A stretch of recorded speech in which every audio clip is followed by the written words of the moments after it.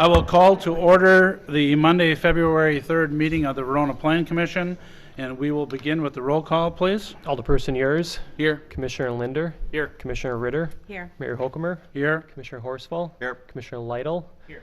Commissioner Heinzen. We have everyone here this evening. Thank you for that. Next on the agenda, we have approval of the minutes from the January 6th meeting of the Plan Commission. Those minutes were included with your packet. What is your pleasure? Motion approved. We have a motion to approve by Mr. Yurs. Linder. Oh, sorry, by Mr. Linder. Second? By Mr. Yurs. Were there any additions or corrections to the minutes of the previous meeting? Seeing none, all those in favor signify by saying aye. Aye.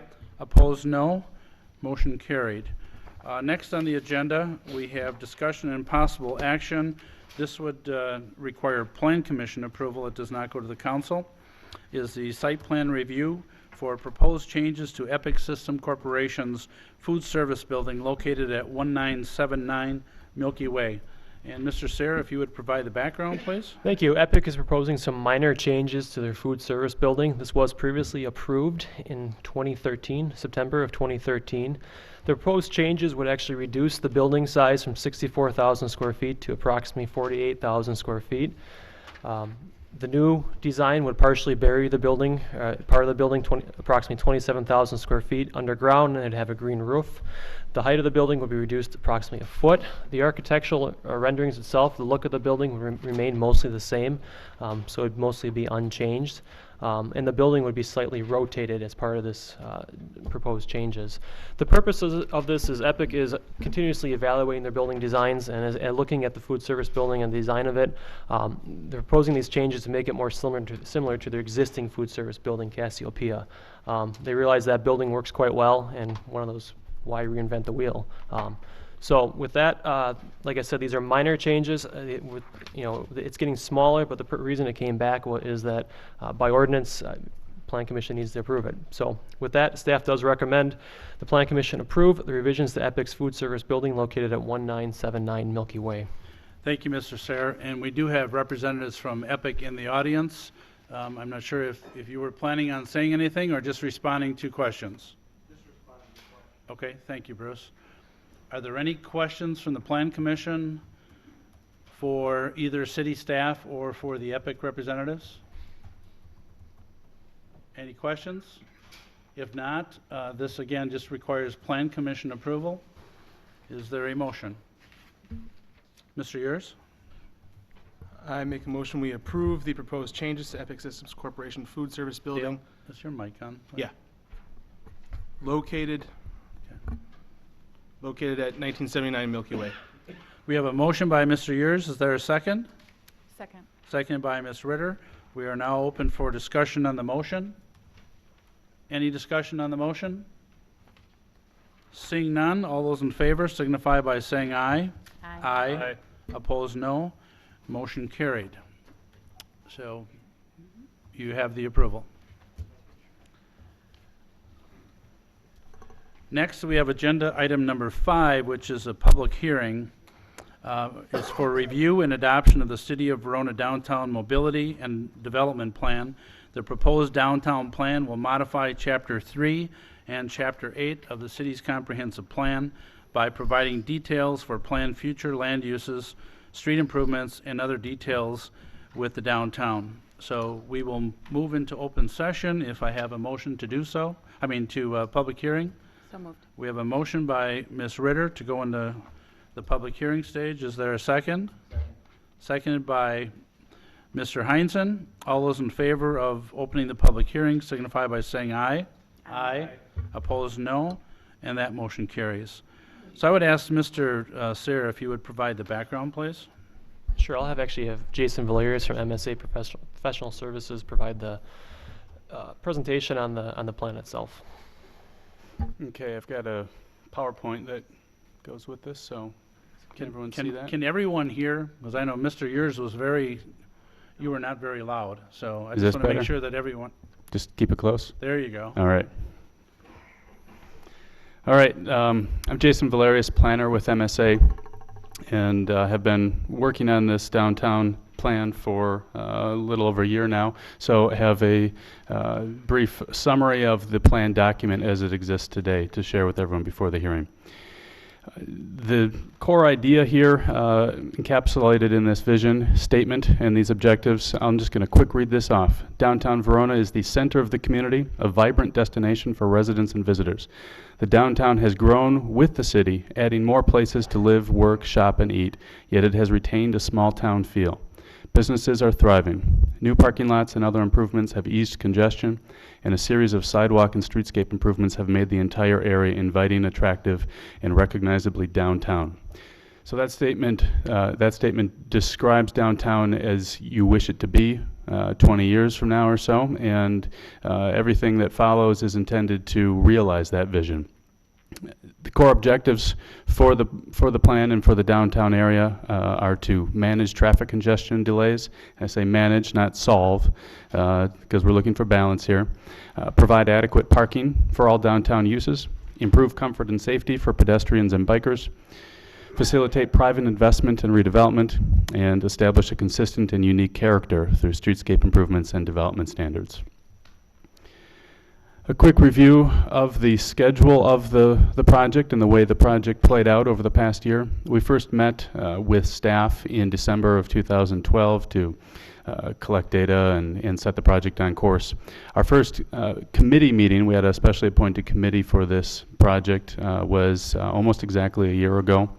And our first public meeting to share with people what we are looking at and collect opinions from people on what should happen or what people are concerned about in the downtown was March 7th of last year. We then had another internal meeting with staff, and then we did a series of stakeholder interviews with a variety of property owners, business owners, people that staff and the committee felt it was important for us to talk to in the downtown area. And we had another steering committee meeting, and then in May of last year was the second public information meeting focused on the transportation alternatives. After another committee meeting, we had a Plan Commission progress report in June.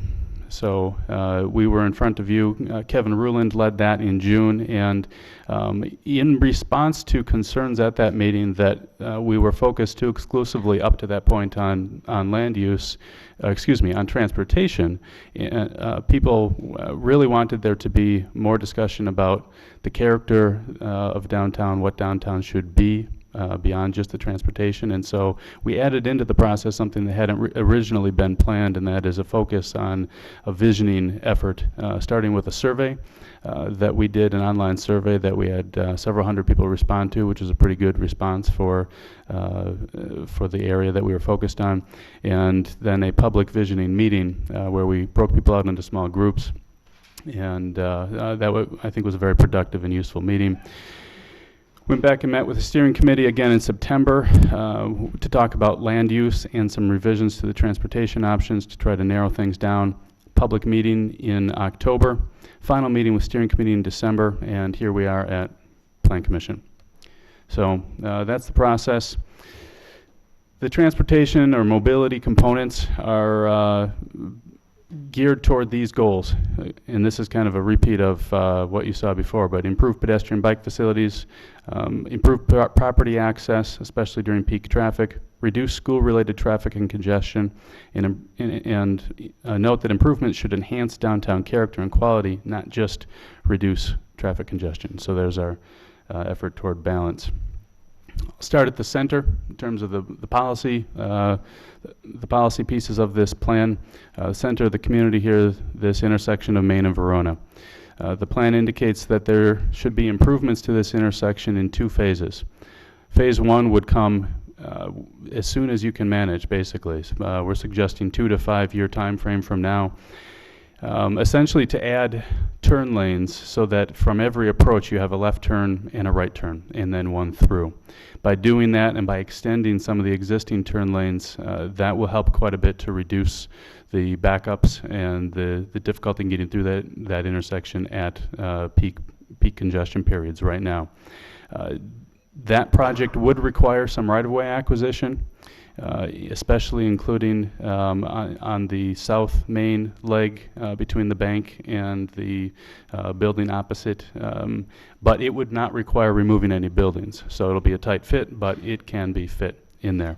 That project would also add bike lanes to Main Street and remove one lane of parking, one parking on one side of the street or the other to make that possible. Phase 2 is if and when needed. If congestion continues based on the projections we expect, or if growth continues based on our current projections, at some point you're going to start to see the same backups and worse than you experience now, even with these improvements. And so we put it on this very nebulous time period of 15 to 40 years, recognizing that it could come back quickly, or you could forestall it and choose not to do it for a much longer period, possibly never, depending on how things play out and what other alternatives you can come up with in the meantime. But what that project would do is add a second through lane in every direction, and at that point, both North Main and East Verona would have four lanes, 2 lanes in each direction, all the way out of the downtown area. South Main and West Verona could still go back down to 1 lane, would not need to be expanded to a total of 4 lanes. Just to be clear about what that would require, this illustrates with the red X's the buildings that would have to be removed to make that phase 2 feasible. The right-of-way required would take out about 6, 7, 8 buildings, mostly in that southeast quadrant of the intersection. To take a step back just for a moment and talk about why this intersection is such a struggle, and why you keep coming back to trying to figure out what to do with it. I'm going to belabor a point that's been brought up many times before, and that is that your street grid doesn't work very well, in that you don't have much of a grid. It's broken in many places, and so there aren't alternatives to this intersection. Most traffic ends up funneled back to this intersection.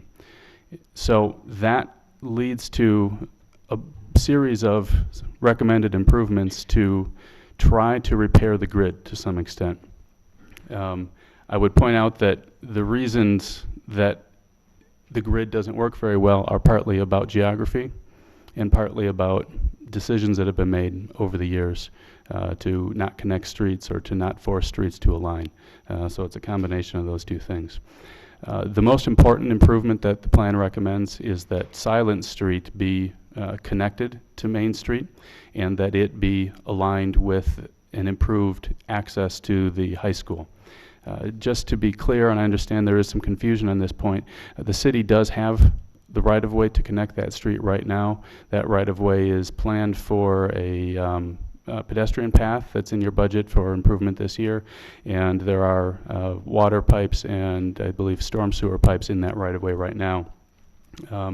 If you were to simply extend the street in the right-of-way that you already own, that would be an improvement. It would be an alternative route for people to and from the schools without having to go down through that intersection, the main Verona intersection. But the recommendation of the plan is if you're going to bother to do that, you should do it right. So rather than simply extending it in the right-of-way you have, connect it to a driveway. One of the challenges that you have on Main Street is that you've got a lot of misaligned streets, and if you're going to bother to invest in making a new connection, we recommend you make it in the appropriate place where it can connect with other traffic points. Other grid repair projects, these are, I would opine, are secondary to the Silent Street connection, but Harriet Street, it connects, but it doesn't align east and west, and the plan recommends that east and west Harriet Street be aligned so that it's easier to get back and forth, and the people that want to cross from one side to the other don't have to get on to Main Street first. East Railroad Street realignment, right now it aligns to the south of Church Street, and I'm sure many of you are aware that's a difficult connection point with some safety issues and a relatively high accident count there. You've got a crossing guard that has to monitor that during school periods. This project would require the removal of one building, the plumbing and glass building, I believe, opposite the end of Church Street to make that happen. Some other improvements, these are outside the category of fixing the grid, but don't block the box. We've had property owners, businesses say people can't get into our business because of the congestion. Even if you don't reduce the congestion, you can do more to make clear to people that they shouldn't be blocking those intersections with pavement markings and signage. Connecting Basswood Avenue to the middle school, right now there's a pedestrian path but no driveway access, and so for people that are going to and from that site, to and from the adjacent neighborhood to the west, that would take that traffic off of Main Street, and that would be a benefit. So the plan recommends that improvement. Paoli Street, as soon as it is warranted, meaning it meets the turning movement criteria to have a stoplight, plan recommends that that stoplight be installed. And Lincoln Street also is can be a frustrating intersection, and adding a stoplight at Lincoln was the selected alternative. When we went out to the public meeting, we still had 4 alternatives on the table for ways to improve the way that Lincoln Street connects to Verona, and this was the decision to simply install a light there without making any other changes to the street or moving other lights. I believe that this project is planned for this year, or planned to coincide with improvements to the fire station, which are also going to change Verona Ave at that site. Moving on then to streetscaping, the lines in blue here indicate the area that would eventually receive streetscaping improvements to kind of coalesce this area as recognizably downtown. The stars indicate locations of gateway improvements, some sort of landscaping, low walls, signage, and such to indicate welcome to downtown Verona. I'll just briefly go through. There's sort of a menu of streetscaping options that use the same materials, a similar design theme, but allow for some flexibility because you've got a variety of conditions and right-of-way widths throughout the downtown. So in the narrowest areas, you just use a small brick terrace and the lights, no street trees. Where you have a little more room, add in the street trees.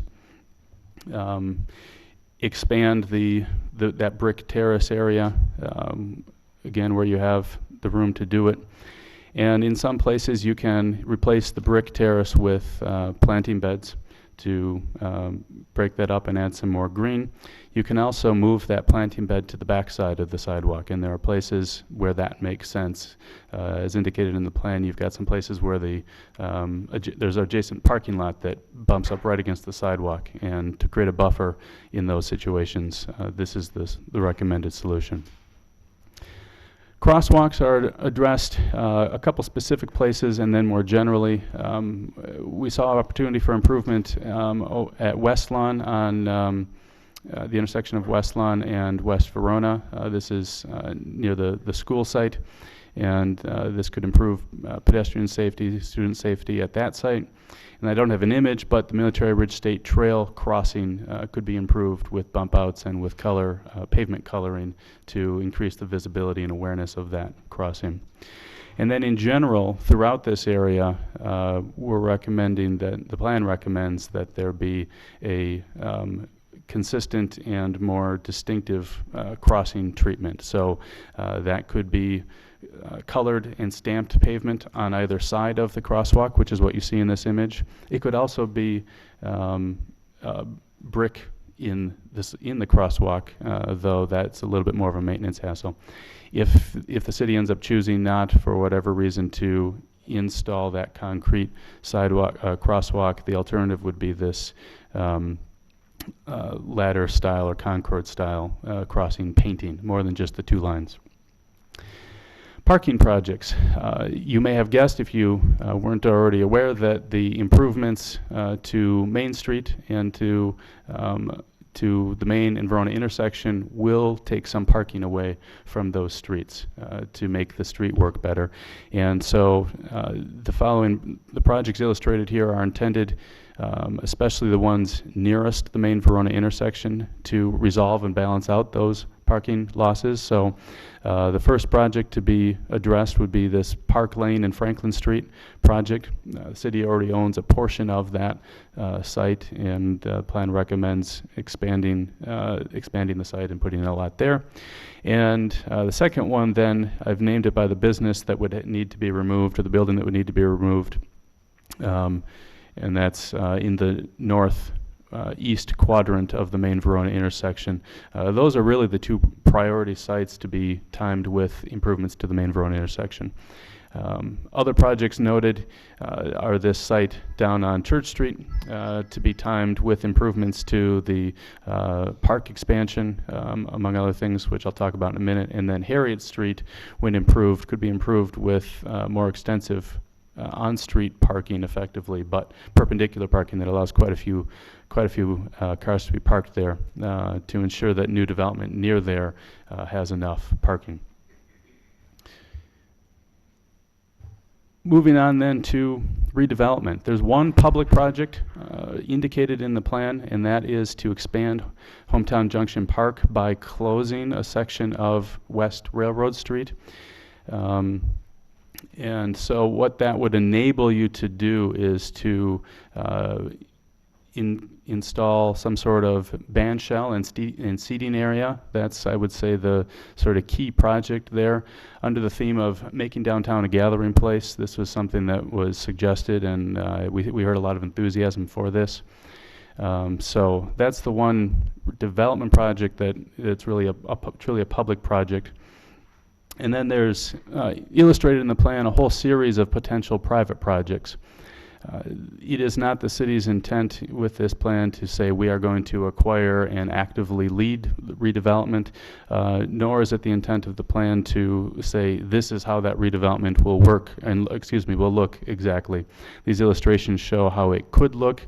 It sort of demonstrates feasibility, demonstrates what can fit on various sites, and so there's a whole series of potential redevelopment sites shown. Obviously, they're focused on Main Street, especially. Sites that we picked out to evaluate and show redevelopment on along Verona, you see on the left, West Verona out near Legion Street, a new project, a new development potentially at that corner, and also projects to the north of that potentially. And then on East Verona at the corner, just up the block here, Lincoln and East Verona, that whole block could potentially, that whole quadrant could be redeveloped in a coordinated way with commercial to the front and residential to the back. In terms of the character of the design that would be desired for new development, these guidelines came out of the public visioning effort. 2 to 3 stories was definitely a very consistent preference. 5 to 15 foot setbacks were indicated as desirable, and the location for parking should be the side yards and the rear yards in general, in most cases, so that the buildings are kept relatively close to the street. To achieve that and to achieve a more consistent look for the downtown area, we're recommending that the downtown design standards you already have be amended in a few ways. One, to allow the buildings on Verona Ave to be parallel to the street instead of parallel to an east-west line, which is what it says right now. You would want to eliminate the 40% maximum building coverage standard. I'd say that's pretty limiting when you are trying to fit higher density development in and allow people adequate places to park.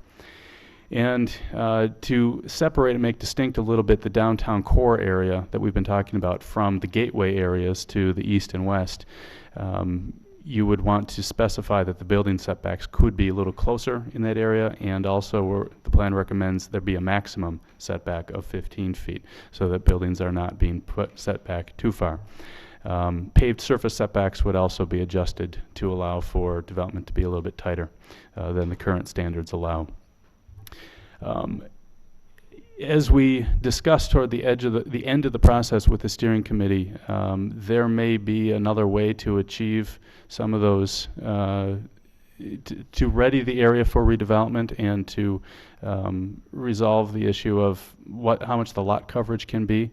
Right now, some of, but not all of the properties along Main Street in Verona, right down in that core area, are zoned as central commercial. And central commercial doesn't have the same limitations that the other commercial districts do, some of the other districts do. And so the plan recommends that a decent chunk of that downtown core, not all of it, but a decent chunk illustrated here in red, be proactively rezoned to central commercial. So adopting this plan won't make that change, but it would lead to, I think, your planner bringing forward a proposal to do that, to bring that rezoning for those parcels. Briefly going through the implementation schedule, we've tried to take all those projects that I've just talked about and group them into right away, a few years from now, and very long term. And I kind of went over that as I went, I think, but most of the grid improvement projects are here in this this right away short-term time frame. Streetscaping, I'm going to call out specifically. It's identified as with street improvements. We're not expecting that the streetscaping would happen all at once, nor that you should wait to start making adjustments to develop a consistent theme. As you have projects on any portion of those streets, it's appropriate to go ahead and start installing improvements consistent with that theme identified in the plan. Same with crosswalk improvements. Those two should happen whenever the street is improved. The midterm projects include that main Verona intersection upgrade phase 1. A couple of the parking lots are identified here, the Harriet Street realignment and the East Railroad Street realignment. Those are actually in the midterm, a little bit further out, not ASAP like the others. And then the only one in the long term, 15 to 40 year time span, is that main Verona intersection stage 2. And I would point out that the plan doesn't commit you to that, and it's my personal hope that you don't end up actually needing to get there, to have to make those, having 4 lanes in each direction through that intersection, because I think that will expand that intersection to the point that it's got a different feel than it does now, or even that it will after phase 1. But we compared that at length with alternatives to deal with the traffic that you'll have. And the other options that might be viable, having a roundabout or maybe separating traffic into a one-way pair, those were deemed less desirable than this alternative.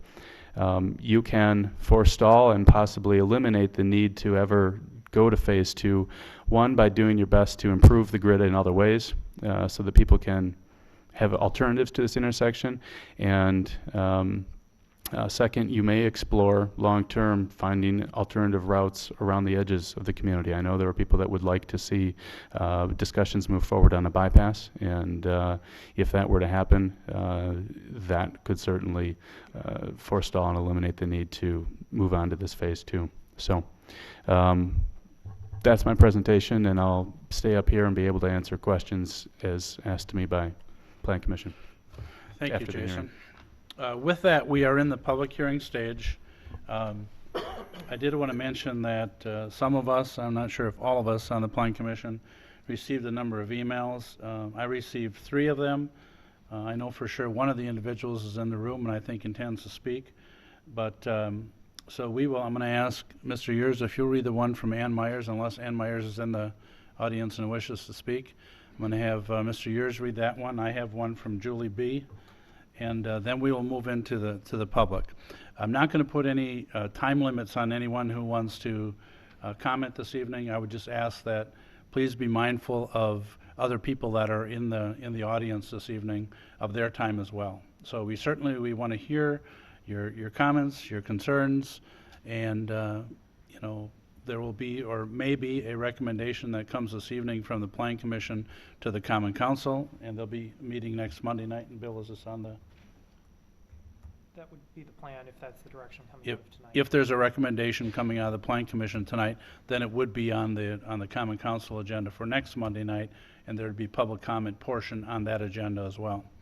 So we are in the public hearing stage. Mr. Yurs, if you want to read the first one?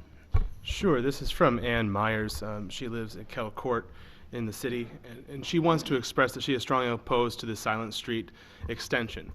She cites that the impact of losing green space in terms of aesthetics, current youth sporting activities, potential cemetery development, and possible future expansion of the St. Christopher Parish facilities dwarfs the questionable benefit of extending the street.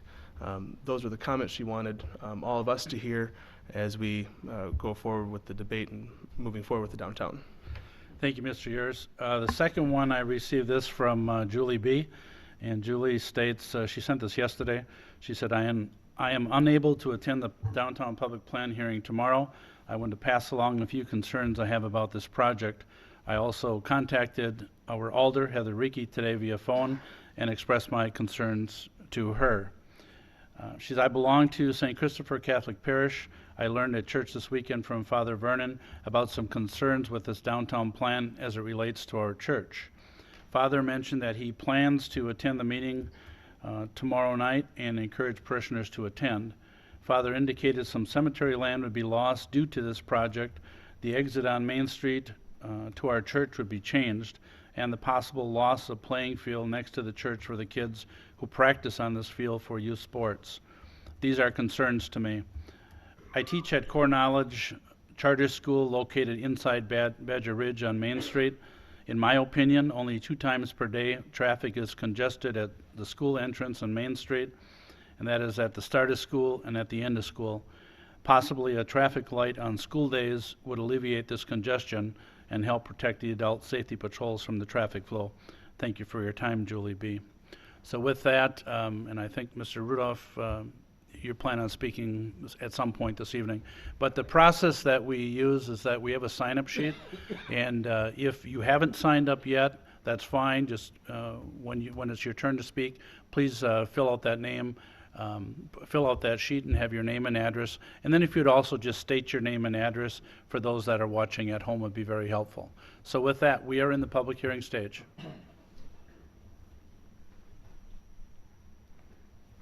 Good evening. Hi. Peace be with you and many parishioners here, all of you, actually. I'm not going to go into great detail because I know people will go into more detail than me, but I want to thank you for your work as a planning commission, as city council members, and working for the city of Verona. There's some emotionally charged aspects to what we're talking about tonight, but I'm going to be as objective as I can on my comments, and I've even sketched them out and outlined them. So, and thank you for your work with regard to the preparation for possible developments here in the city of Verona. Mr. Jason Valerius, okay, I just met you tonight. So I was at a meeting last year with regard to this, and the whole Silent Street aspect of it was verbally discussed, but then now it's apparently in writing and on a map. So my first concern is the private property aspect of what's being considered with regard to Silent Street. And I know several times a statement was made that the city owns a right-of-way, another term would be easement, that goes directly from Silent Street straight across to Main, right along the edge of the cemetery.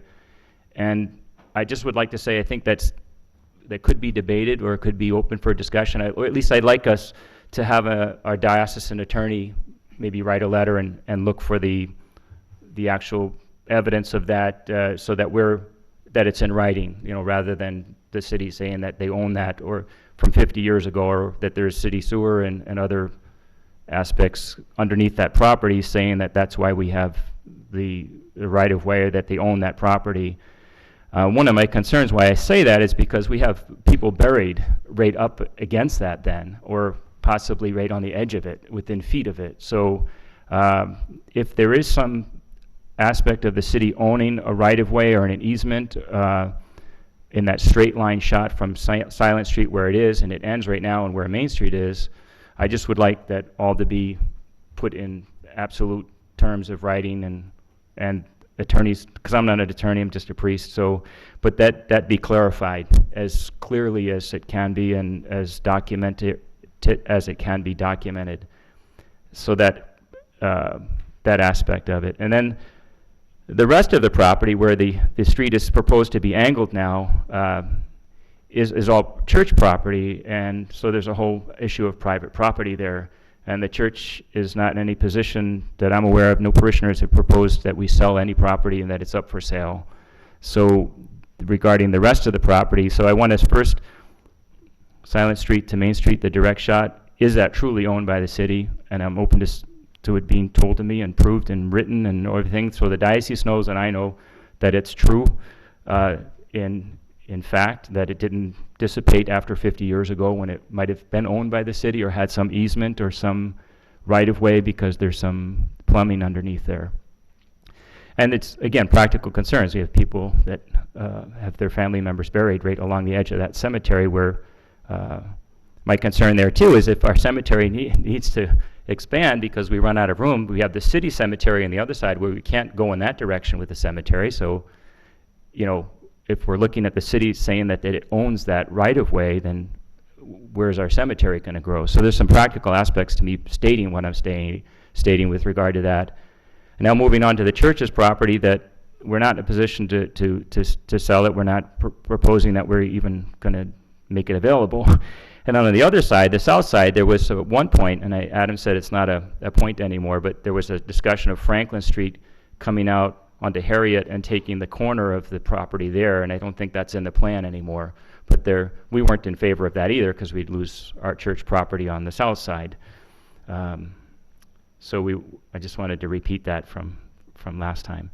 And so that's private property, church property. Then the property that's there, that green space that's been noted by some of the emails, it is truly a green space, one of the few green spaces that's not school related or, you know, a ballpark. It's just green space that's available there and that our community uses at no cost. I mean, the church uses it, but we also have football players and lacrosse players that we don't have any cost to the city of the use of that field or the parking lot. We just want it to be used because we want to support the community, we want to support the kids and what they're doing here, and that they have a place to play that's not tied into a school or the city property. We just make it available. So, and I've worked with the football coaches and lacrosse coaches to make that happen. And even the property that we have from the cemetery to the pond on Silent Street, you know, we've offered that, and the kids play on that too. So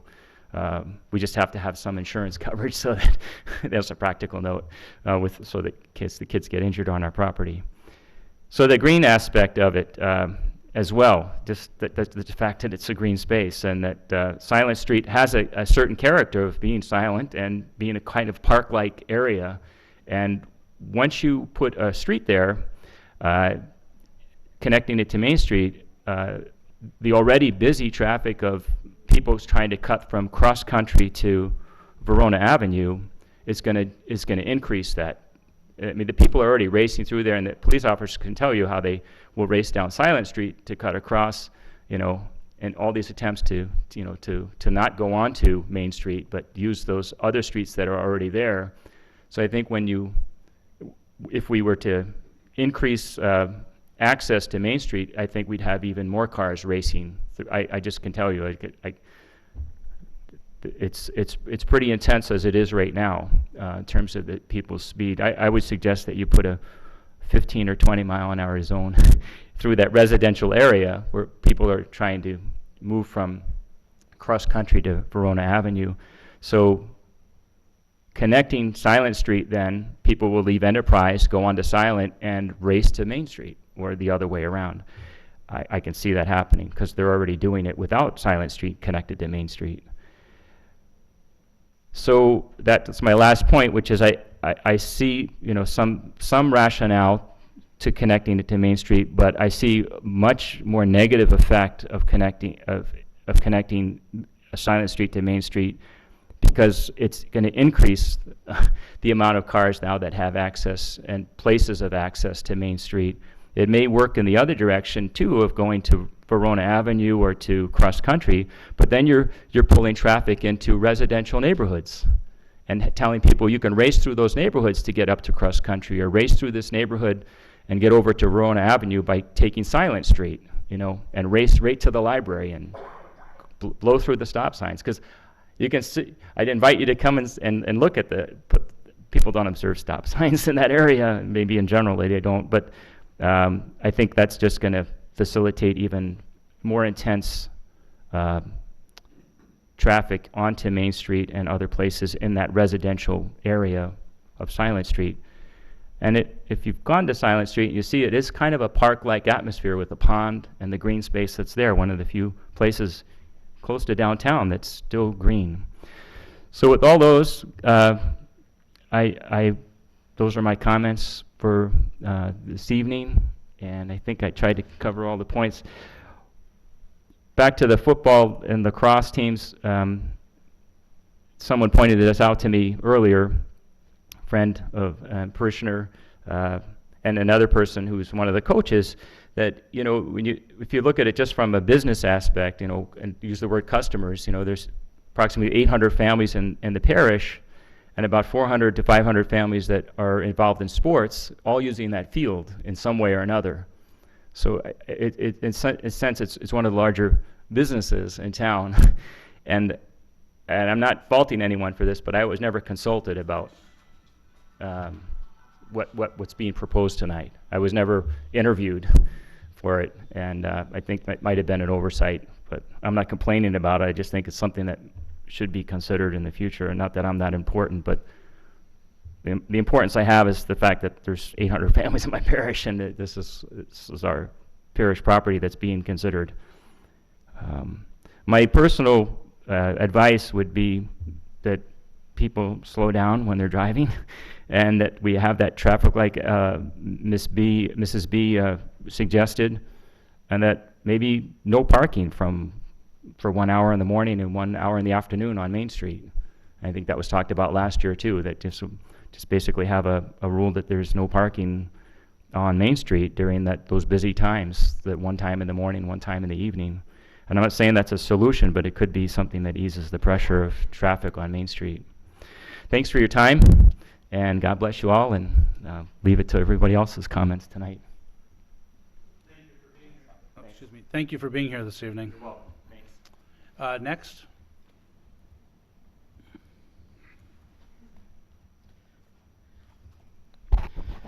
Hi, my name is Steve Rudolph. I live at 401 Einiken Drive in Verona. I wanted to just check and see how many parishioners are here from St. Christopher Parish. Could you raise your hands, please? I'd say this has drawn some widespread concern, and that's why I wanted to talk about this tonight. I want to clearly state that I do not favor the approach nor the extension of Silent Street in any fashion. The action should be removed from the plan. Sometimes eminent domain does not make sense, and this is one of those instances. St. Christopher Parish plans to use the land eventually to expand the cemetery in the parish community. Plans were drawn up 4 years ago to use the land, which was purchased with major foresight.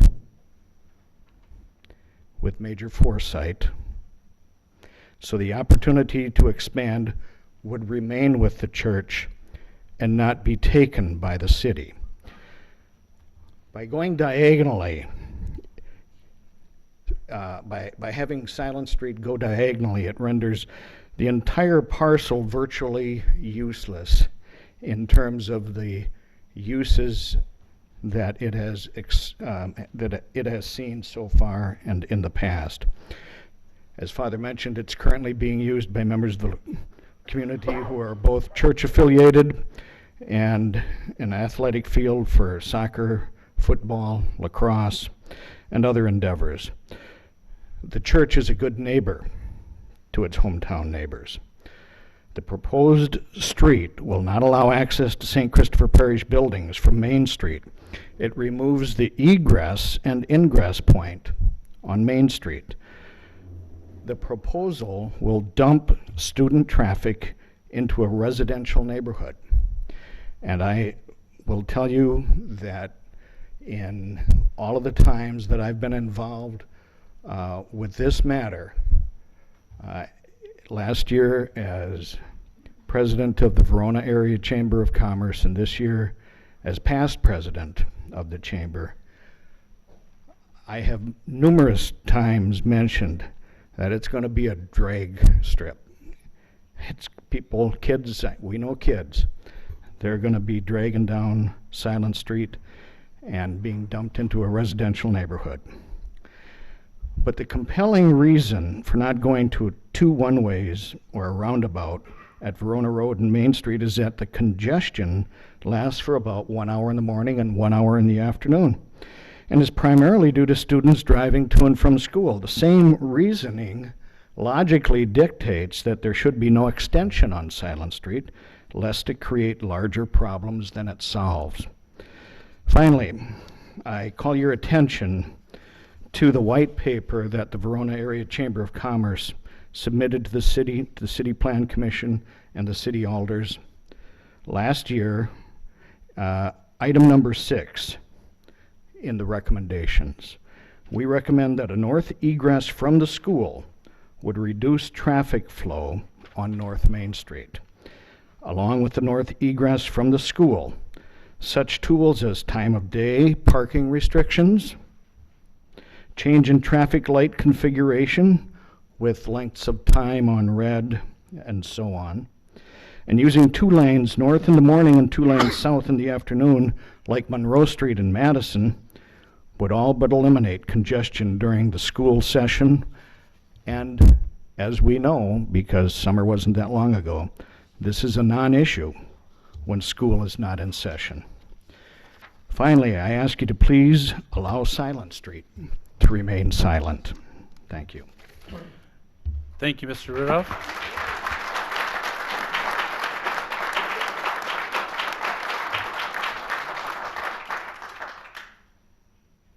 Who wants to be next?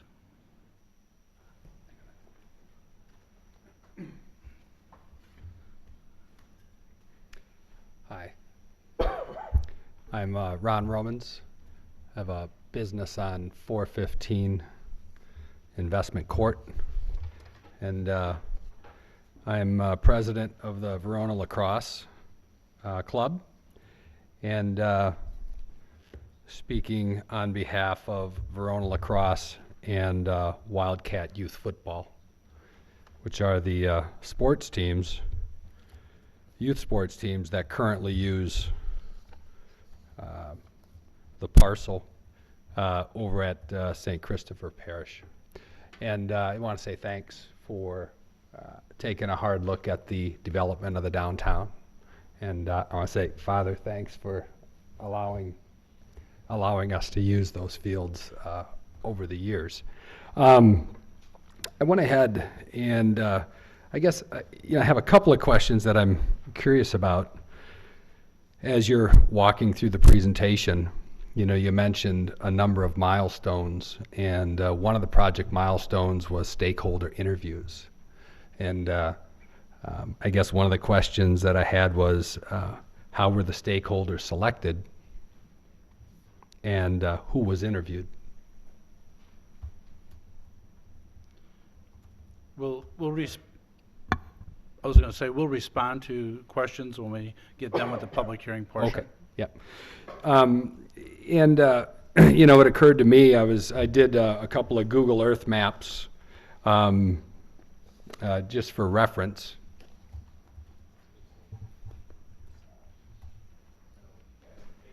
Sure, absolutely.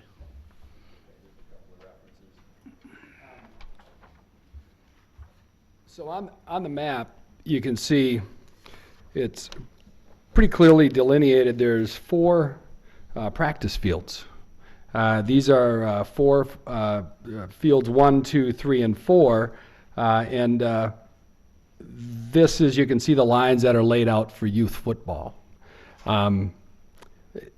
These are critical fields, critical green space, that they would be routing Silent Street directly through. I put together a letter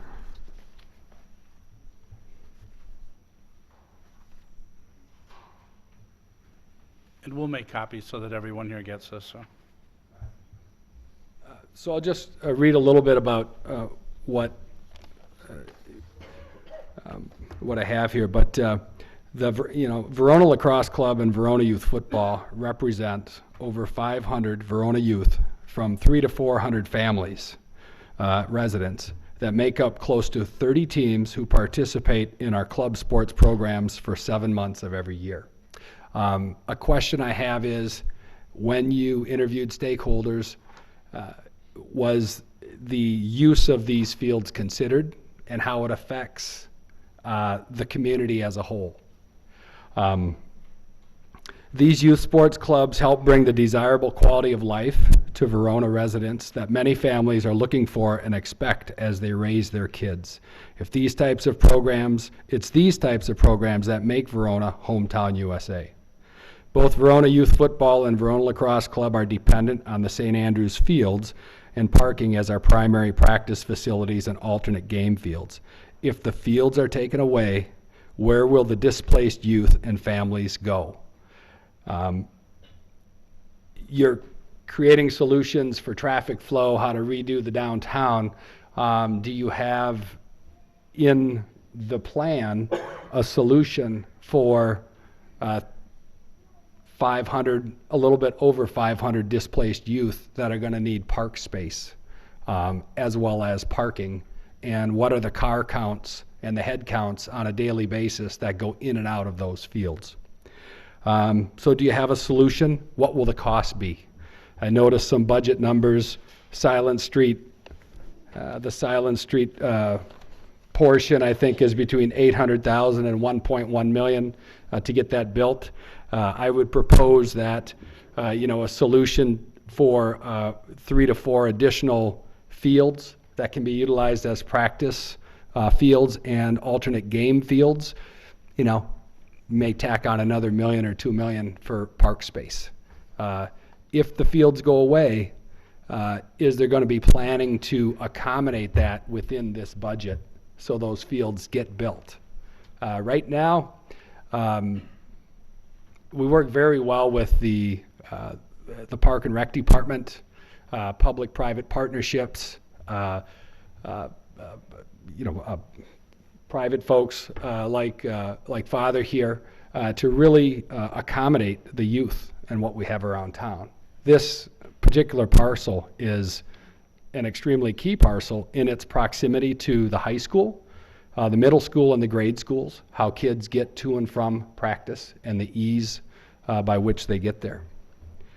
I went ahead and just gave a little brief history of the Verona Lacrosse Club, as you can see, and then I put down our head counts and our enrollment numbers from 2001 on up through 2013.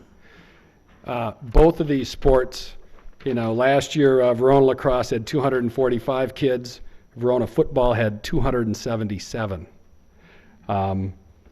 approximately 30 teams. As primary users of the fields at St. Andrews and residents of Verona, the Verona Lacrosse Club and Wildcat Youth Football are strongly opposed to routing a street through this green space, and we urge you to find another alternative. Develop an alternative that will not so adversely affect the hundreds of children and families that utilize the valuable green space. It also came to mind as I was looking at your maps and at your plans. It seems that St. Christopher they appear to be the second largest landowner along that entire stretch. So again, I go back to how were the stakeholders selected, who was interviewed, and were they consulted? It seems to be as much the redevelopment seems to affect them. I'm looking at the people that are on the steering committee. You have a lot of business owners. You have the school, and certainly they have a stake. But I think we may have missed one on the steering committee. So my questions are, around green space, around practice fields, is there something being done in this plan to accommodate and to account for what may be what is a problem a large problem if those fields disappear.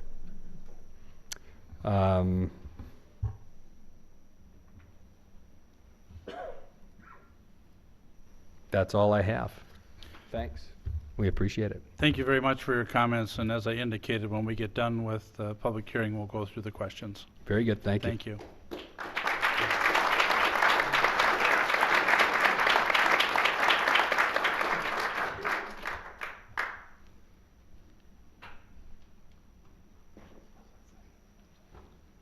Good evening. My name is Greg Myers. I work at 411 East Verona Avenue, and I'll be very brief. I'm just here to support everything that Ron just said.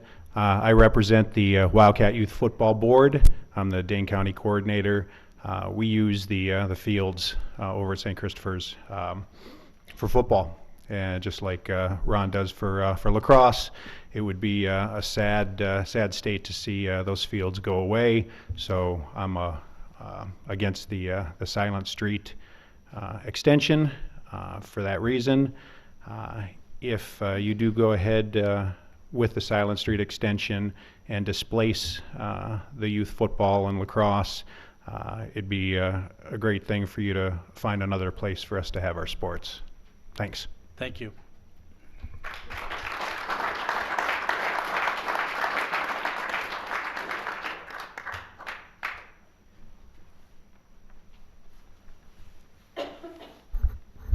Michael Seelan, 737 Fairview. Here to register my objection to the planned mutilation of the St. Andrews property there. Also speaking as a parent of a core knowledge student, I'm one of those people that drives the 12 minutes it takes from Hawthorne Hills up Highway M through Main Street, waiting at the light of Verona Avenue, continuing northward on Main Street to the two crossing guard intersections along Main Street, and then turning left into the Badger Ridge driveway. That takes 12 minutes in the morning. That's the longest I've ever timed it. I'm big into statistics, and I haven't been able to make it longer.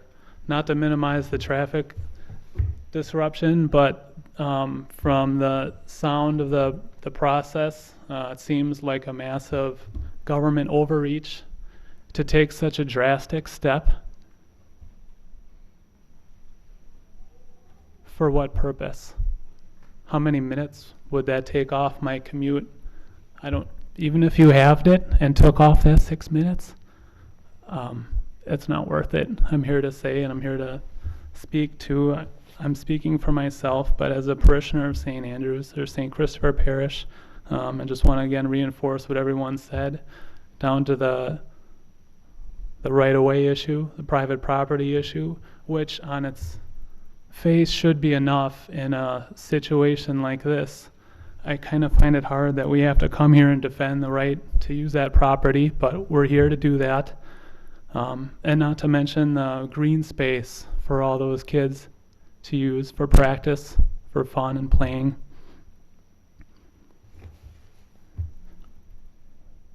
So,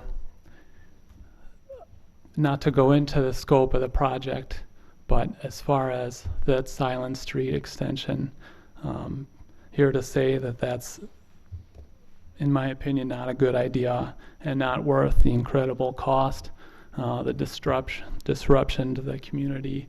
And for the sake of the city, I'd urge the plan to table that part of the mobility plan for forever. Thank you. Thank you for your comments.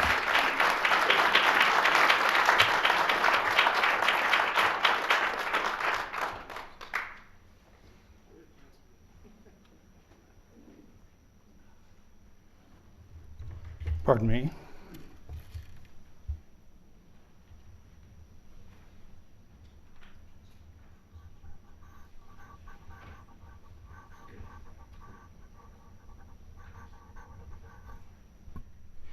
James Boho, 542 Harvest Lane. I'm not a land use planner, and the presentation started with the overall map of Verona. And it seems this Silent Street issue, and I do attend church at St. Christopher, is in the middle of the city. I guess the question I would have for the gentleman here is, what strategic role then does this change make in alleviating congestion for the entire city? It would be interesting to find that out, especially all the concerns that have been mentioned, and I won't go over them because I'd just be repeating it for you. But I'd be interested in that. I think it would be important for all of us to know. Thanks. Thank you.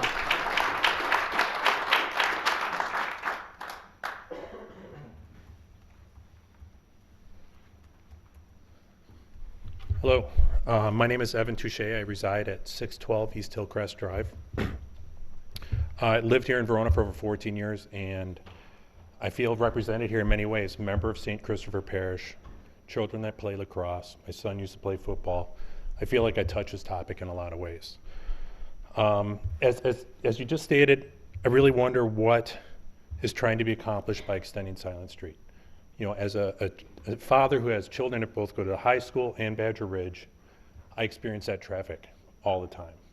If the extension is to somehow alleviate the congestion during school hours or when people are coming and going, I really question if that's a good idea or not. My experience here at the city, I know that there are traffic issues on Enterprise Drive. And I think extending Silent Street on Enterprise Drive, or excuse me, extending Silent Street will increase traffic on Enterprise Drive. I think we'd be better served by exploring options that move traffic away from Enterprise Drive. It's very, very easy to cut through the city by driving on Enterprise. We're driving right past residential homes. It's a very dangerous situation. Instead, if as a parent who's driving that route almost daily, I would much rather see traffic lights that are controlled during school hours to better control traffic flow. I think there's a lot of risky situations where kids are trying to cross. But if extending Silent Street somehow improves that, I can't see it. So again, I really would like to see how that's going to improve the city. I'd rather see something go past that, maybe go out to cross country to get traffic out of downtown. Thank you. Thank you.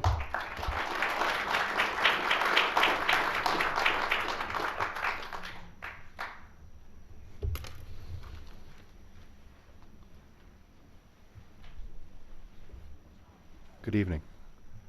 My name is Reed Peterson. I live on Basswood Avenue.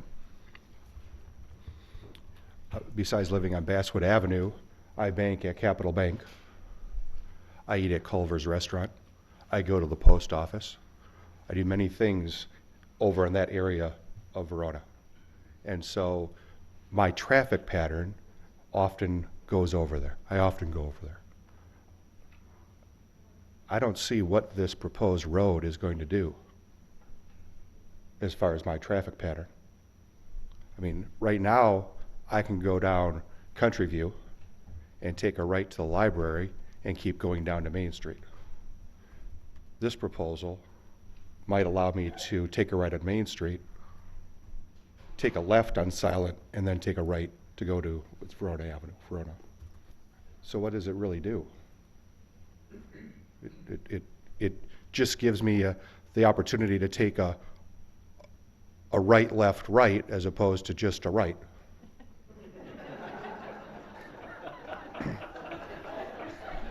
Right?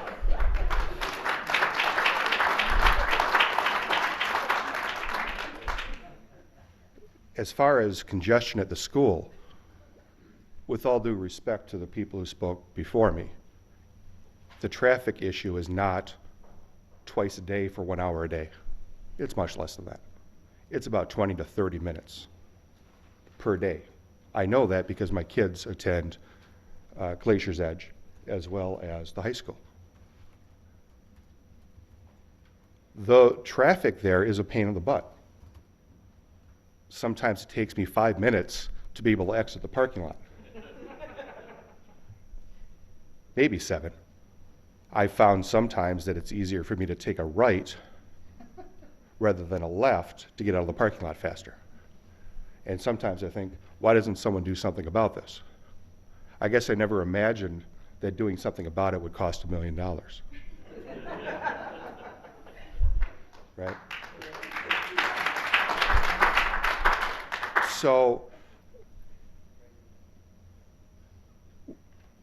we've got a lot of creative minds here. A lot of creative ideas that don't cost $1 million to fix this problem. A traffic light that can be turned on for that 20-minute period is a solution. And it's a solution that doesn't destroy the fields that our kids use to play lacrosse and play football. I also happen to coach lacrosse. And if you haven't noticed, lacrosse is the fastest growing sport in the country. Football, basketball, baseball, and soccer combined in the last 5 years have had a participation decrease of 4%. Lacrosse, 154% increase. And Verona has perhaps the best lacrosse program in the state and the oldest lacrosse program in the state. We struggle.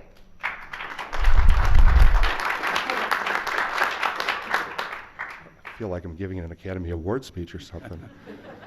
There's no light going off telling me to shut up. We always struggle to find space. It's always a struggle. It's kind of ironic because we have Redden Park that's dedicated to soccer, but we don't use that much because it's dedicated to soccer for the most part. We work with a school district and we work with the church to be able to use those fields. So to suggest that those fields be converted to asphalt so that I can take a right, left, right, as opposed to just a right, seems kind of preposterous, doesn't it? I've been in Verona for about 5 years. What I love about Verona is I love getting off the main highway, going by those baseball diamonds in the fields there, in the lacrosse field.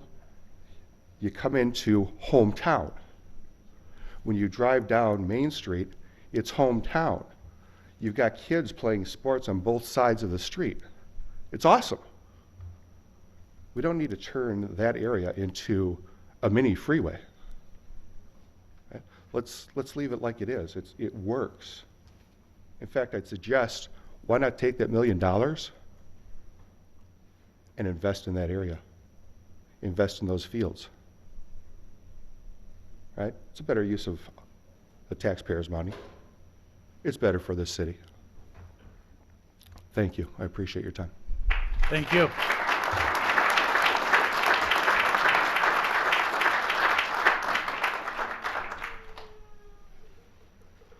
Hello, my name is Grant Ummel. I'm with the Diocese of Madison. In my position, I've been in Director of Planning and presently Coordinator of Real Estate and Development. My role is to advise and be a resource to pastors in the 11 counties of the Diocese of Madison. When this was brought up to me by Father Vernon, I did take the time to read the plan and do want to commend all those involved in the thorough job of doing that.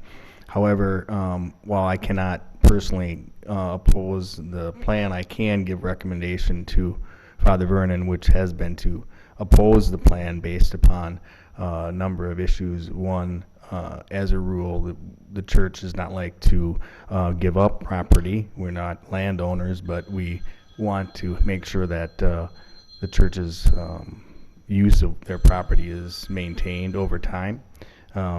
Again, St. Christopher's has done a nice job of planning for the future, and I think that should be respected. Second thing, I do give oversight to over 120 parish cemeteries in the Diocese of Madison, and as a rule, I would always recommend to maintain growth access, which in this case is the north of the parish. and exactly in this area of Straight Street. Again, also part of the idea is as I mentioned with regard to planning, yes, presently the parish is being a good neighbor with the use of that land, but I think just to make sure it's clear, there's a lot of other things that could be done with that property by the parish, such as a parish center, a future school, and so those opportunities can't necessarily be eliminated by the use of the street. So again, those are my concerns. My recommendation to Father is to oppose this. And again, thank you for your time. Thank you. Mr. Heinzen? Mr. Mayor, is it appropriate for me to ask questions?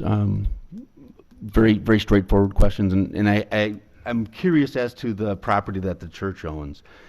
And I thought that I heard that the church owns the property between the cemetery and Silent Street Pond.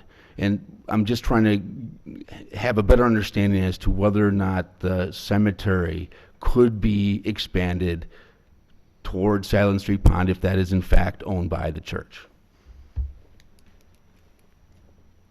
That is a possibility, but again, engineering-wise and the impact it has on water, and that pond, and moving in that direction isn't something that I'm aware of the parish ever planned to do with regard to the cemetery. Okay. But I can't say 100% that we could move it in that direction. We have. So there are unmarked graves in that area that hasn't been mapped, that the state used from Badger Prairie Health Center, where I offer mass each month, and so there's actual, land was made available by the church for the burials there, but they weren't marked by the city or the state when they buried the residents that died and were buried there. So that would be another issue to explore that. Bob's our maintenance guy, so he has a lot more history than I have. I've only been the pastor the last 4 years, but. No, Okay. that's fine. Thank Okay, you. thanks.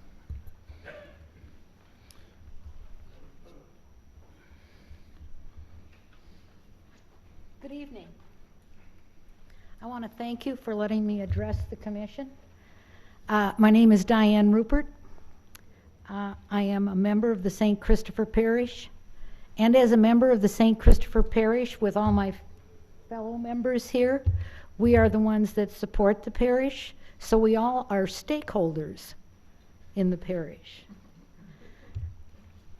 I called Mr., is it Sayer? Am I pronouncing that right? I called Adam Sayer this morning, and I was anxious about this meeting, anxious that I had not heard of this before, and he alleviated some of my concerns because I directly asked him, would the city use eminent domain? And Adam said no. Is that correct? I will say that I've been on the council since 1997. We've never used eminent domain. So, if we're not going to use eminent domain, what are we talking about? Really? What I am really amazed at, and Father is a lot more forgiving than I am.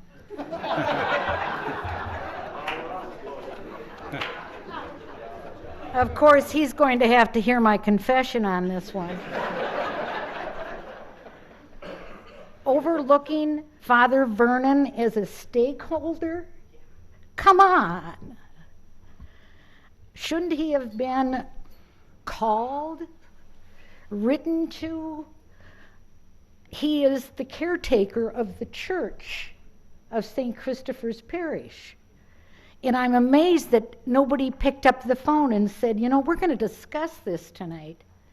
Don't you think you want to come over? Or we want to talk to you about the possibility of selling us land. It just amazes me that nobody contacted him. And the fact that the city spent all the money for the planner to write up all these proposals without ever finding out first if the church was interested in selling that land.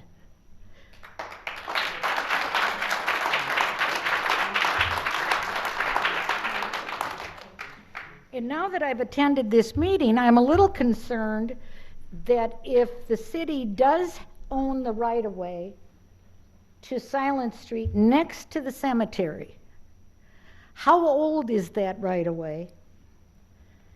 And there has to be a law on how close you can run a road next to a cemetery and a gravesite. And I would like somebody to find out that before any more plans go on extending the road on the right-of-way. It may be totally illegal to run a road right next to a gravesite. Has anybody researched that? It is, as far as I know. It is. Yeah, it seems awfully close. So, I mean, this is a moot point. If you're not going to use eminent domain, why are we talking? I guess the meeting is over. Thank you.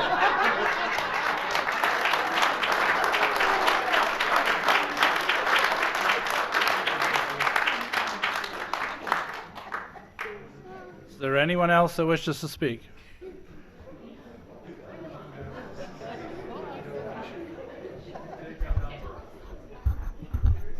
Brad Steiner, 201 No Way. I echo all the comments that have been made on a citizen point of view, but I'm here to speak for 7 families who contacted me, who told me they could not be here tonight. They echo the same comments that you've been hearing all night about Silent Street.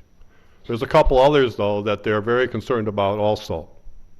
They wish you would stop spending money on all these studies.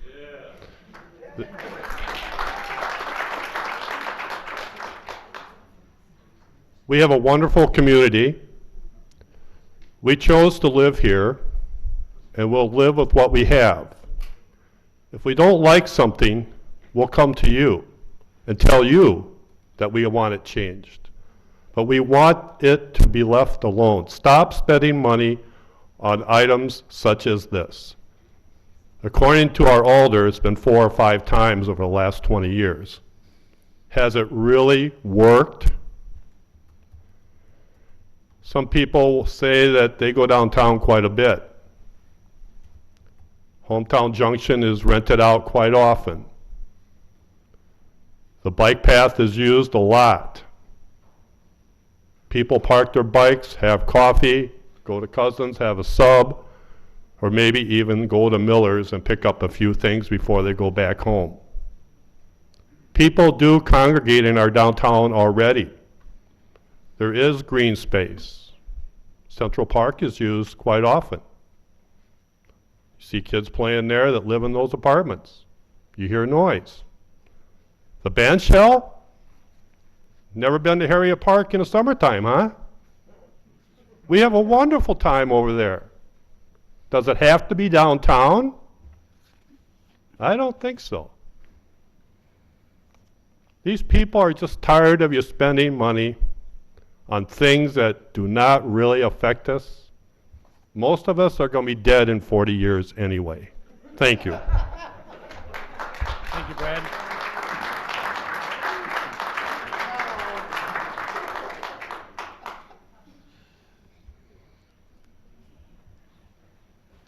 Hello.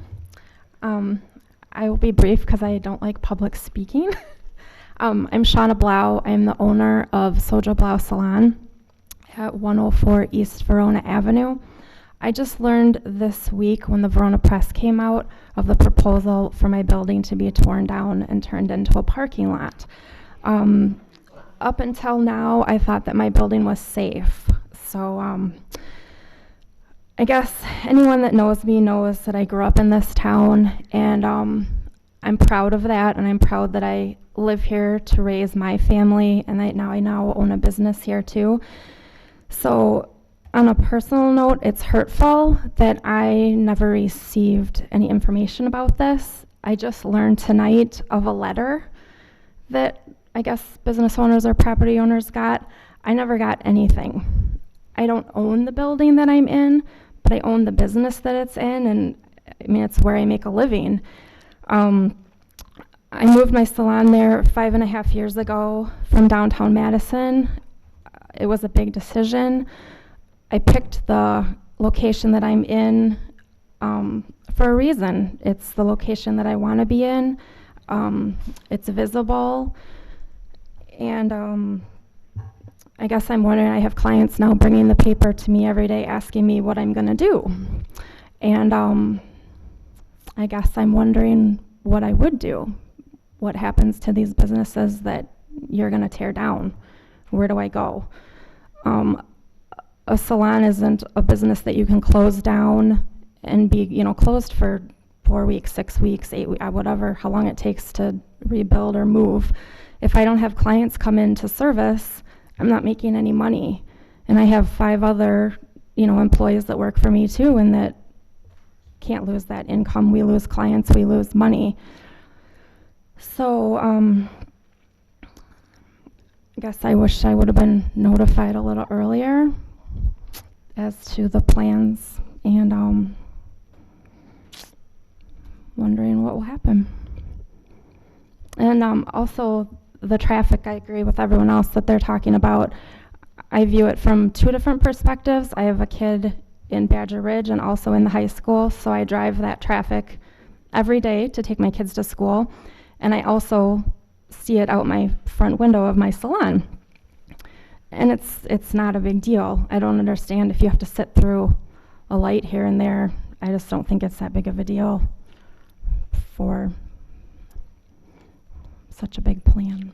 So, thank you. Thank you for your comments, and you did.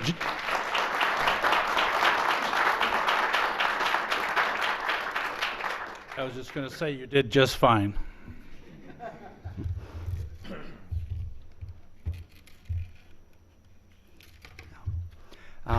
My name is Steve Reinen, and you just heard from my daughter, Shauna. And I'm also a business owner. Well, actually, I just sold my practice. Anyhow, for 31 years. And I'm here just to support the fact that there are other areas in the city that have been proposed to become parking lots. And as far as the specifics of the business where Shauna is at, I've followed the development in the city for a number of years, and I've always read in the press and heard from meetings that I've attended that the city wants to have businesses on Verona Avenue and Main Street. Well, now you're going to take one away, and that doesn't make sense to me. Also, it also doesn't seem to be logical to put a parking lot that's only about, I'm going to guess, 50, 60 yards away from that traffic light. It's already tough coming in and out of there at certain times of the day. So if people are trying to come out of there, and now you're going to also install a turning lane there, someone that comes out and wants to go a different direction may have to cross several lanes of traffic. So that's just illogical. And then I'd like to make a proposal. I don't know if this has been studied or not, but this parking lot that we're talking about would encompass 104 East Verona Avenue next to the Capital Bank, which many of you know used to be the A&W Ritber stand. And then it would go over behind Dr. Shackerl's office and between the old TDS telephone building right there. It would make sense to me that if you could run that parking lot between Dr. Shackerl's office and TDS and go straight to the east and take out the Masonic Temple building, which is owned by Randy and Diane Wixon. That building is currently for sale. I believe that there is a church that is there that probably in the sometime future, I'm just speculating, would be looking for a more permanent location. So you might even get more spaces, and you'd have traffic coming in and out of Franklin Street, which would alleviate some problems directly onto Verona Avenue. So that's all I have to say. Thank you. Thank you very much.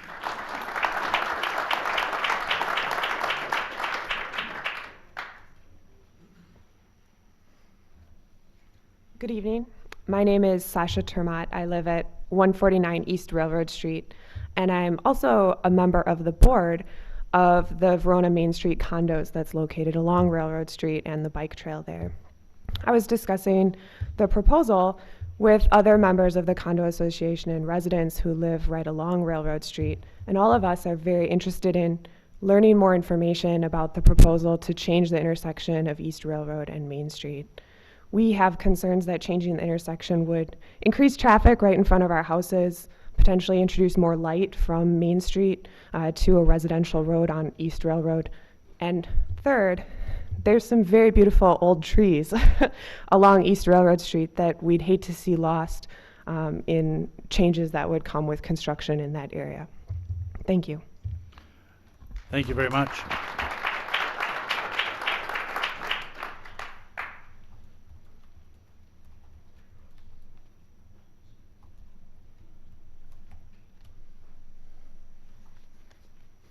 Good evening.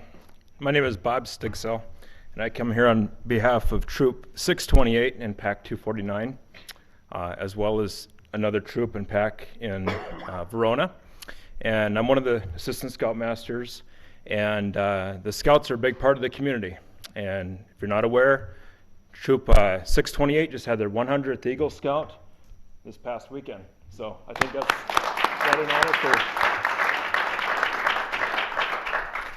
quite an honor for the community, and we thank you for supporting the Scouts. The Scouts do use the park where you're proposing the street cut through.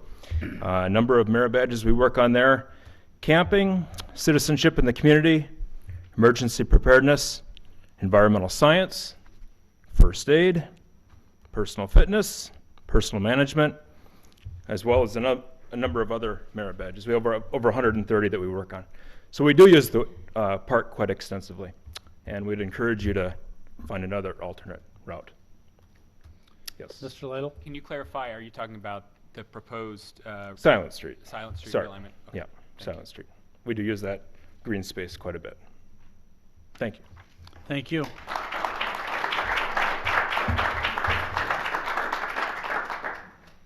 We're glad we could make that available for you. Thank you. Hi, I'm Sue Romans. I live at 6411 DeMarco Trail in Verona in the township, which is located right off of Fitch-Rona Road over in the Goose Lake neighborhood. And I'd like to make comment about how my kids get to and from school and how I'm adding to the traffic problem in downtown Verona. I've got 5 kids. One is still in elementary school, and 2 in high school, and 2 have graduated. My husband and I choose to drive our kids to school because it takes longer for them to ride the bus than it does for us to bike 3.7 miles one way to school using the bike trail. And obviously in the wintertime we can't bike. If the trails were plowed, we probably would. But we drive to and from school, adding to the congestion problem because of the length of time that our kids have to ride the bus. It's not as long on the way to school because they're one of the last kids picked up, but on the way home, our current 5th grader gets out of Cornellage at 3:30, and he would not arrive at our doorstep until 4:30 at night.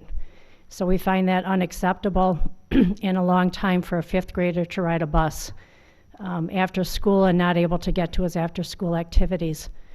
I think I've heard a lot of comments here tonight talking about the congestion in downtown really occurring at peak times before and after school for those short periods of time. And I'm just wondering how many in our community, how many other parents here are transporting their kids by car as opposed to riding the busing, which we're trying to provide to students that are, is it 2 miles outside of the school limit? Another concern that I have is because I have to come out of Badger Ridge Middle School parking lot twice a day, 5 days a week. I'm one of those people, like everybody in the audience here, that sits at that intersection for 5 or 10 or more minutes just trying to get out. And I applaud the crossing guards that are there and the concern that they have for the safety of the kids. I've seen kids almost get hit. I've seen cars get into accidents. It's a nightmare of the way that cars are racing through the intersection, past crossing guards that have their signs up, illegally crossing and trying to turn because they're just fed up from sitting there and waiting for those 5 or 10 minutes. Many times I will just park my car in Badger Ridge Middle School and read my emails or take care of business on my phone for those 15 minutes and then exit when there's no cars there. And I wish more people in our community would maybe take that extra 5 minutes and just not add to the traffic trying to get in and out. But I think only one exit out of the Badger Ridge Middle School parking lot is one of the reasons why we have such congestion there.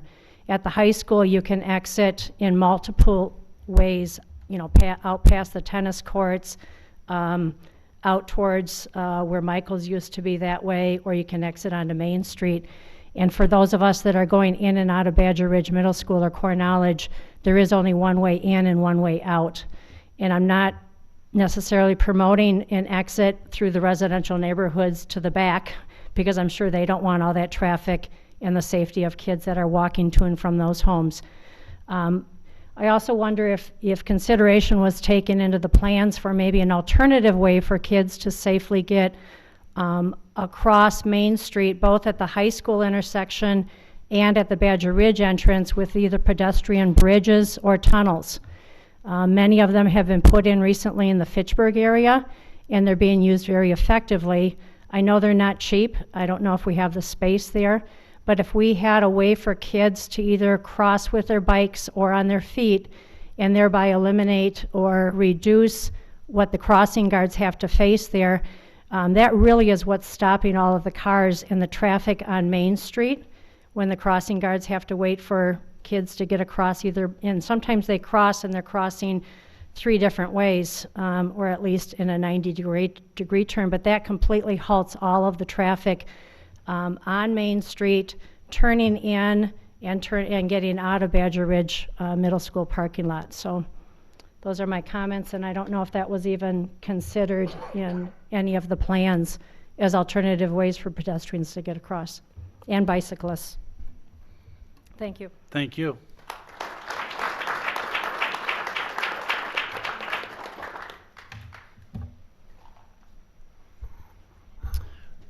Good evening. My name is Mark Heide. I live at 617 Harvest Lane in Verona.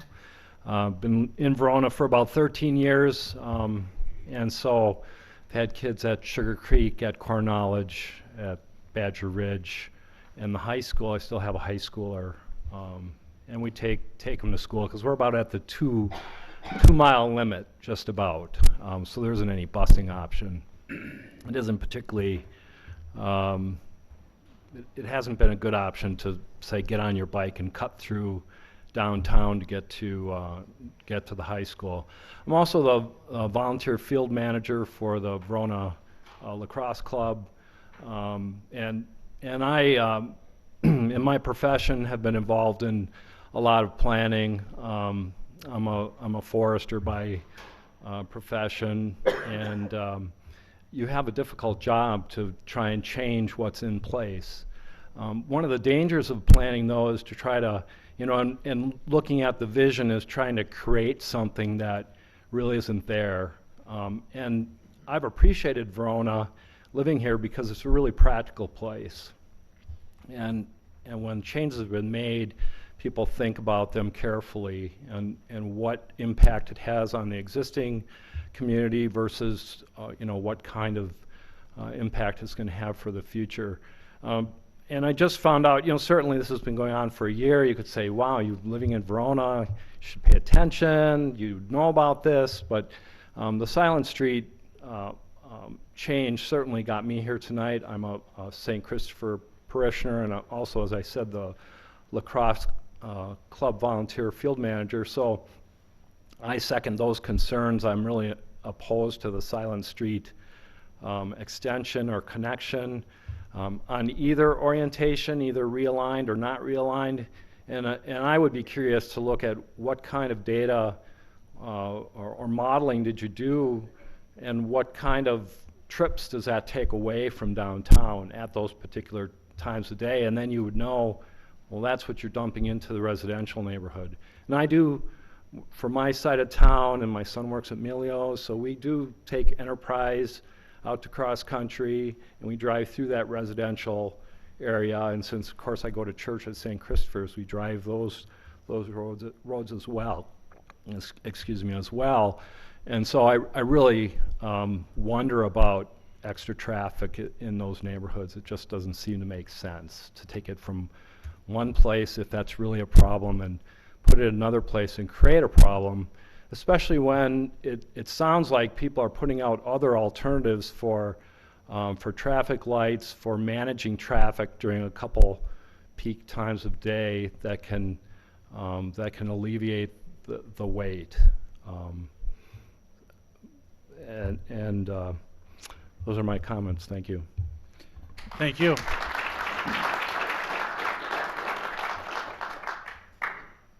Is there anyone else that wishes to speak under the public hearing portion?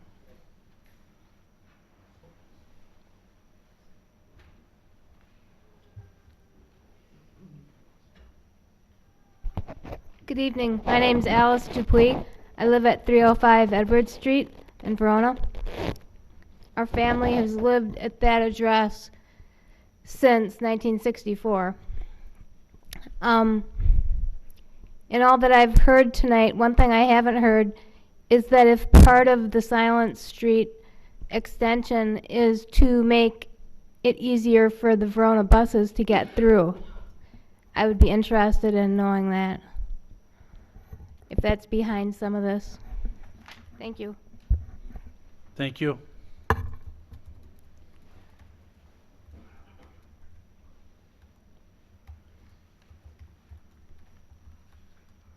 My name is Linda Hoffman. I live at 202 South Shootman Street, and I'm right in the midst of all of this.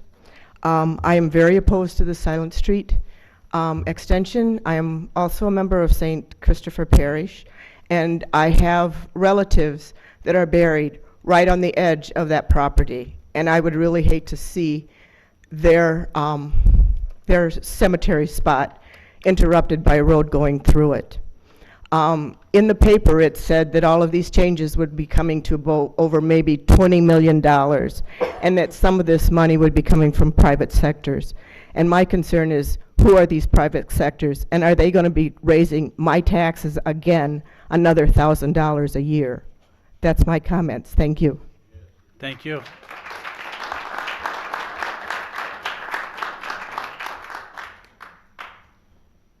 Anyone else that wishes to speak under? Yes, sir.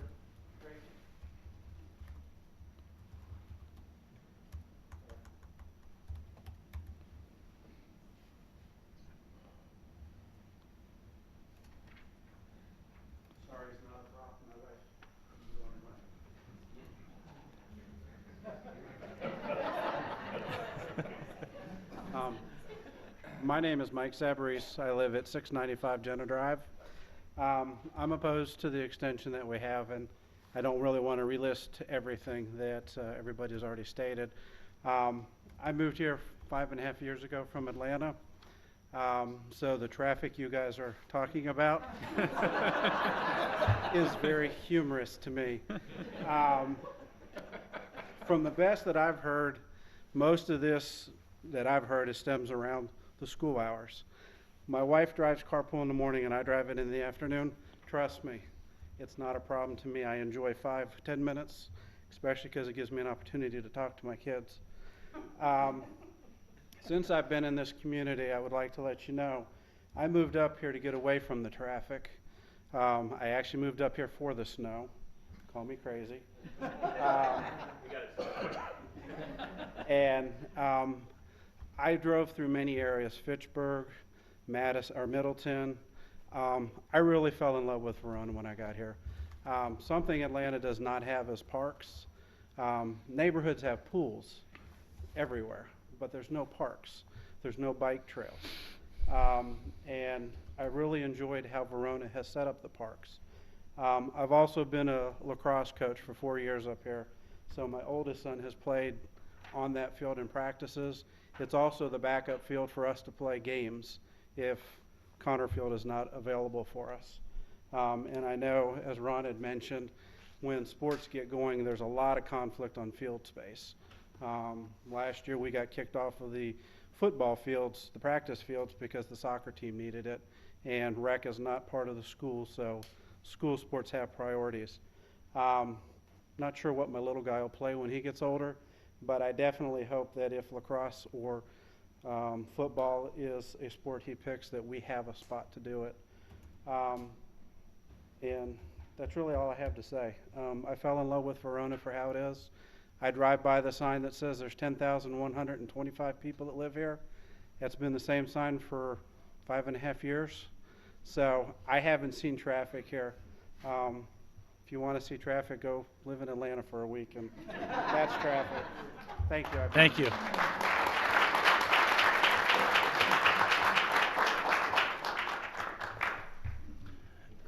Anyone else that wishes to speak? Good evening, everybody. Thank you for the opportunity to speak here. Name is Gary Bear. I live at 100 Valley View Street. I have just a couple questions. One, I've heard a significant amount of planning for traffic. What are the plans to build business, both the existing business here and future business? To me, that's a lot more important than traffic.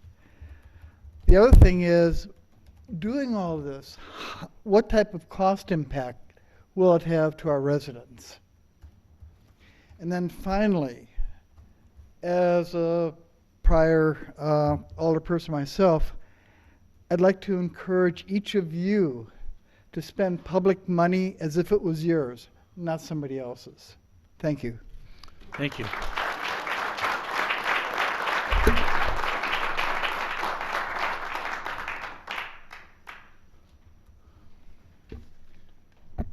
Good evening. I'm Ben Janish from 313 Westridge Parkway.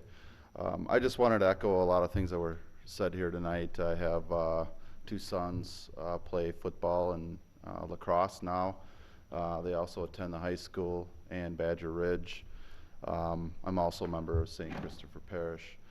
I'm opposed to the Silent Street connection for a number of reasons. One, I don't think it really solves the benefits of doing it are outweighed by the reasons not to do it.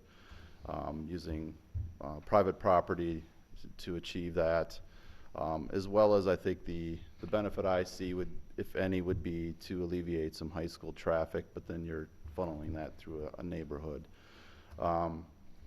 I like the idea of pedestrian tunnels for the 2 intersections there for kids to go through.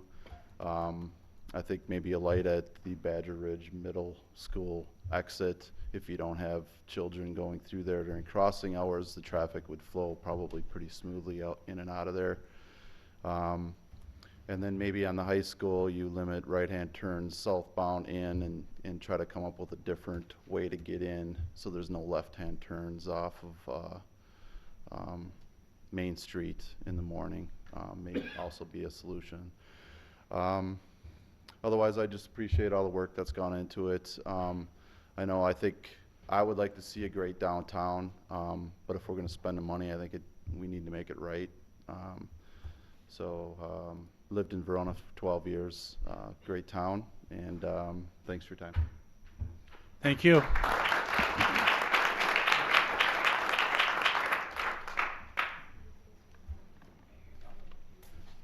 Is there anyone else that wishes to speak?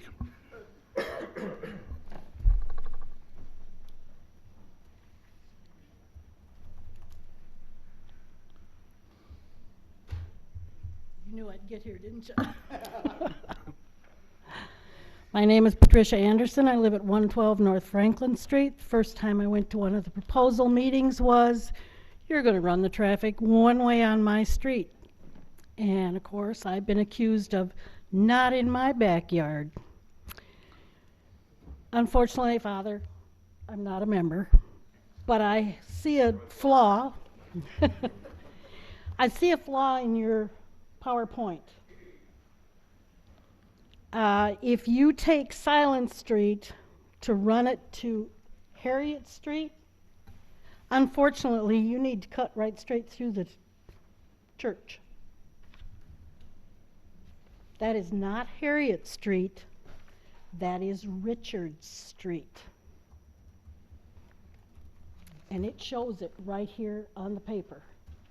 And I have Googled it, and I still come up with Richard Street. Now, I'm a longtime resident. I'm a little girl on up.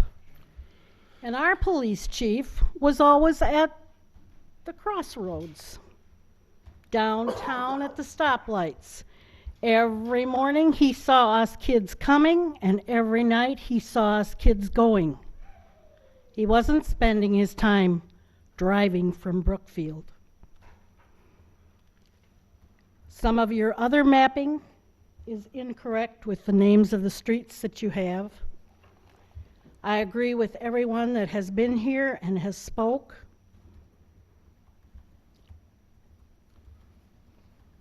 I get a little jittery about when you talk about the traffic. Everybody needs to slow up and go by the traffic limits. And yes, I've been accused of coming to work at City Hall for 25 years on 2 wheels. And that's in my car, not my motorcycle.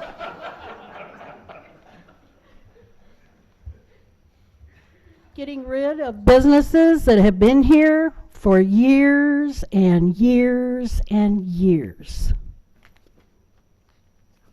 You want business downtown? You want your downtown to prosper? Then stop trying to shove them out.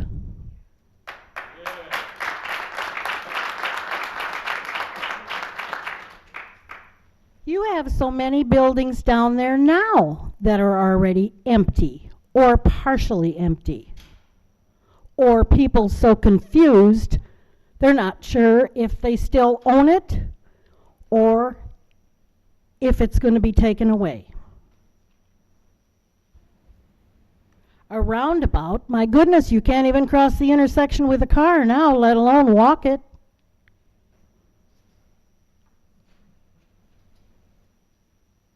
And if you're going to go over to the park, why don't you notify the veterans that put up that park? I know the city put that park up, but I also know what hard work went into putting in that monument, and we finally got a decent looking monument instead of the stick we had. We now have a proud eagle.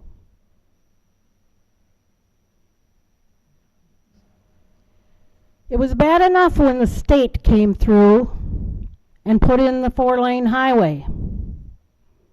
Do you know how many graves they disrupted and had to be moved to now what they call the paupers' graves? Do you know the monument out there that is in place for the leper colony that wasn't even in this city? And how many times they've tried to tear that down? When I was a little girl growing up, you drove past that county farm with respect. The people were hardworking. They had no other life. They had no families. But they were buried there with respect when they passed away. And on the south side, where you see that garage that's about to fall down, there was a big building there that housed a lot of other people who worked. So read the history of Hometown USA. It's not just because in 1961 or 72, I'm not too sure on the dates, that the 101st Airborne came here and said that we were Hometown USA. And that's how we got our name. It just irks me when I see people that say, oh, every town is Hometown USA. No, if you go outside here in the City Hall, in the front vestibule, you'll see the plaques we have from the President of the United States that commissioned us Hometown USA. And I've traveled this country far and wide and have never seen another one. Silent Street needs to remain Silent Street. Would you like your relatives to be bumped by one of the big machines coming in to put in a street? And yes, that green space has been there with the Catholic Church forever. And if you really want to know where the Catholic Church was, it's a multi-unit right at the very end of West Harriet Street. It's not a connector.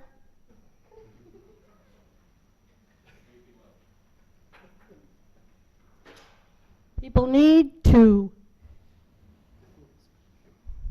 adhere to the speed limits in this city, and I included. I'm getting better because I'm afraid they're going to catch me because I don't know the police officers anymore. But they need to slow down and smell the roses.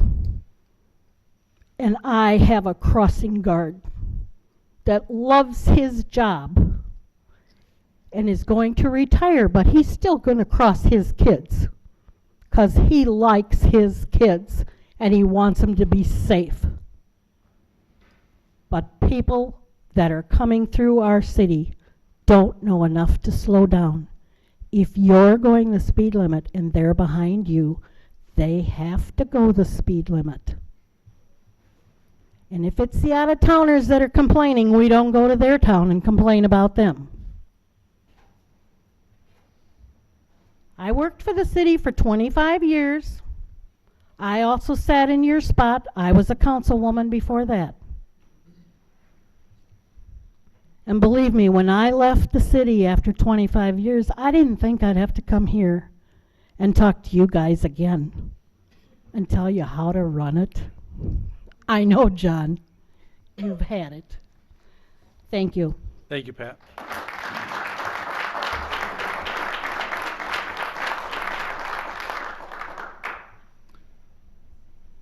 Is there anyone else that wishes to speak?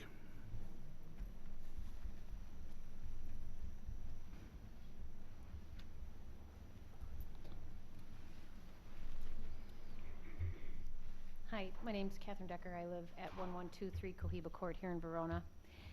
And just briefly, I've learned, pardon? I'm short a little bit. So we've learned a lot of things from Father. A lot of us are from St. Christopher Parish here, and a lot of things we learned from Father, and we need to continue to learn more. But two things popped into my mind as I was sitting here today and tonight. And one of the things that he mentioned to us is to always remember that our Catholic faith is very important to us. It's the most important thing that we have. And that includes in this life, and then the most important thing is get to the next. And that our bodies are sacred, and that we seek to be buried in a Catholic cemetery. And that, in fact, our bishop has on his website that is something that we all need to consider when you're of a Catholic faith, and that is important to us. So I just want you to know that, because there's not a lot of Catholic cemeteries around. And I don't, personally, want to have to go outside of my hometown, USA, to be buried in a Catholic cemetery. So it kind of tastes bad, feels bad, to have to have people imagine that they're going to take away that option for us right here in our hometown. The other thing Father teaches us is don't come and complain unless you have a solution to offer. So here's a solution I'm thinking, but I don't know, because you guys know a lot more about this than I do. But much like the Super Bowl, if you can't go up the middle, maybe you can go around the edge. So, and I'm not a football player or a coach, but that's kind of what I see them do, on the football games. So I'm thinking we need to use our edges a little bit better, optimize the periphery. So I don't know, I live right off a cross-country road, and it's not very wide. It could be made wider. It could be, maybe use some of the school's land. I don't know, that could be an idea. And then have access, as Sue Romans mentioned, from the other side of the schools, the middle school, because there's only one exit. There's only one exit and entrance. It's very inconvenient. I'm from Chicago, and I kind of feel like the gentleman from Atlanta, Georgia, traffic is a different beast there. So I don't really think it's all that bad here. But I also have children that have gone through the public school systems here. And I think an exit and an entrance on the other side of the middle school would be very, very helpful. A U-shaped driveway, big, round U-shape, so you can get in and out easy without disturbing the residents there. But so anyway, being Catholic is important to us. You wouldn't see so many parishioners here if it wasn't. our final resting place for ourselves and our loved ones and our fellow parishioners. Very important in a Catholic cemetery. We shouldn't have to go to another town to be buried. And it's consecrated land. We have sacred bodies. It's important. And Father would know more about that than I can say. But that's the way I see it. And it just doesn't taste good. Tastes bad. Thanks. Thank you.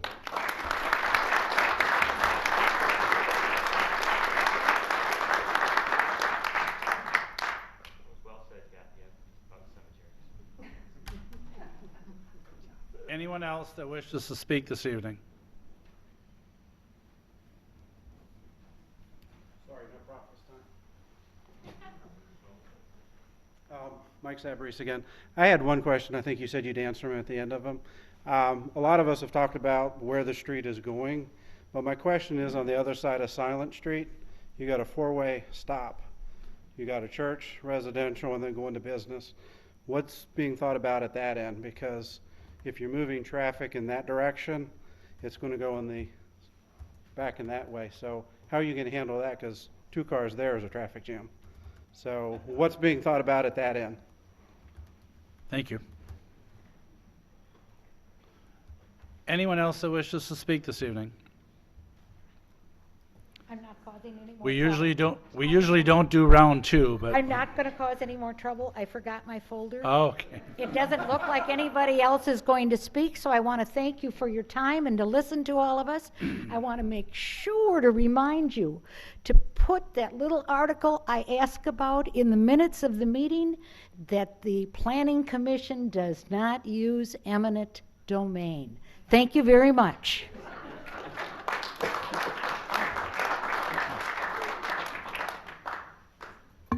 I'm not seeing any speakers, any additional speakers at this time. So I would ask for a motion to close the public hearing. So moved. We have a motion by Ms. Ritter. Is there a second? Seconded by Mr. Heinzen. All in favor of closing the public hearing signify by saying aye. Aye. Opposed, no. Motion carried. Before I have Jason respond to some of the questions, on behalf of the Plan Commission, we really do want to thank you for coming this evening. It's very important that we hear what you have to say and what you're thinking. So I really, really do appreciate that, and I know so do my fellow Plan Commission members. So with that, we are going to try and respond to the questions. I know I was taking notes, and others here were taking notes. Jason was taking notes. So Jason, I'm going to turn it over to you right now, and if you want to respond to some of the questions that we had this evening. Sure. Am I still live? Sounds like it. Yeah, I've got a list. I don't know if it's inclusive, but of everything that was asked, but I trust that Plan Commission will fill in the gaps if I missed any. The first question I made note of was wondering how many stakeholder interviews we conducted, and who were they. I don't have here, and we didn't put into the plan document, a list of the specific people.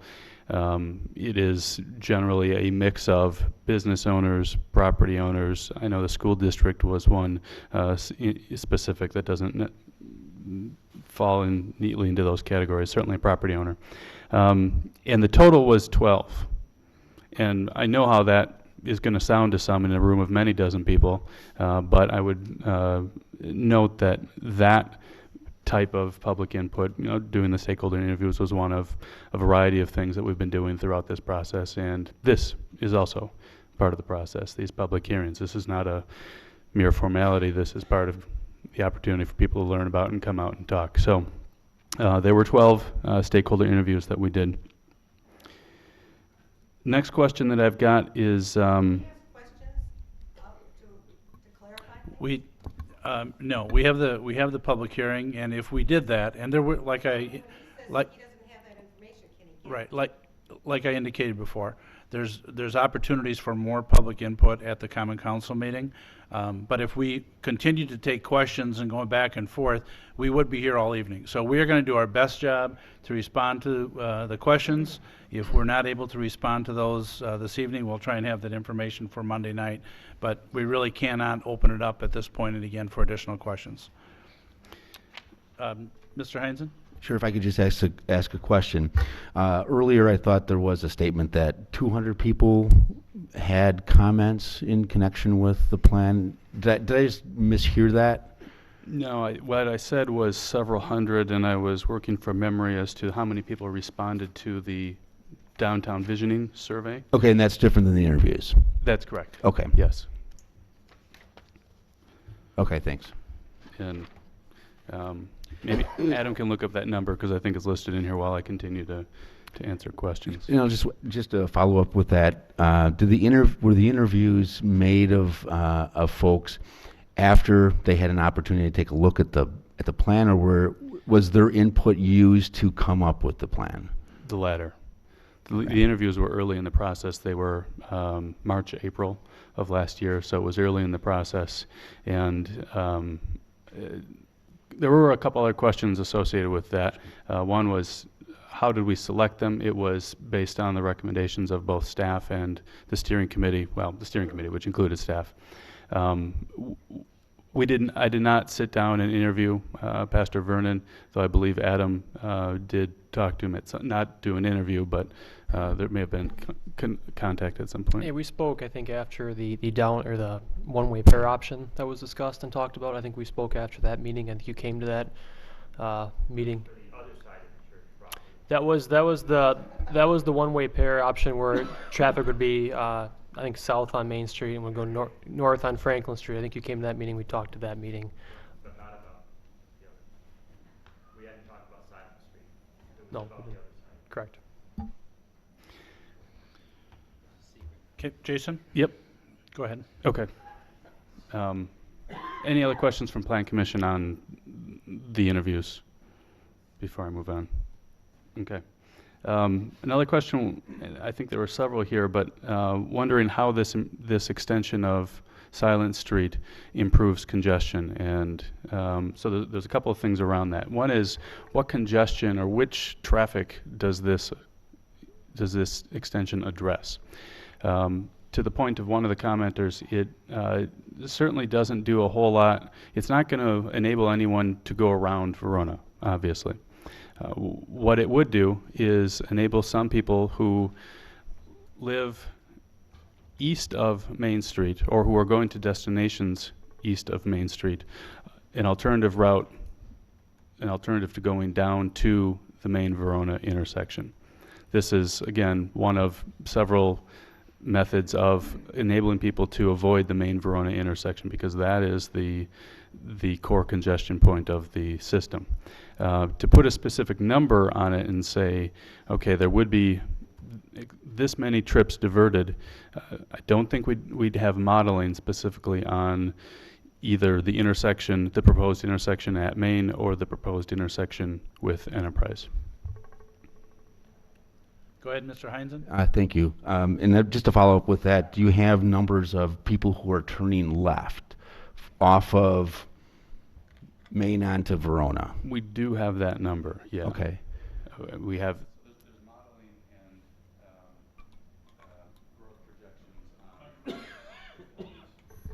Thank you. Okay. There's modeling and growth projections on that intersection and several other existing intersections, both current and then 20-year projected. So with turning movements. Sure, and I see that left turn from Main onto Verona as the type of traffic that would be served by the suggestion to put in Silent Street. Is that right? That would be the greatest improvement, yes. Okay. And do you have any analysis of how many trips would be diverted by putting in the Silent Street? And I see a sort of tension here is that the intent of the Silent Street connection is to remove the congestion in downtown at the main intersection. In order to do that, you're going to have to move a lot of cars off of that intersection. Otherwise, it's not going to serve its purpose. And then if you move a lot of cars off that intersection and route them down Silent Street, you increase necessarily the number of, I mean, really quite a bit of traffic that would then take Silent Street over to Enterprise. Is that fair? Yeah, that's a fair point. At the points that it's needed, sure, it would be pretty heavy traffic.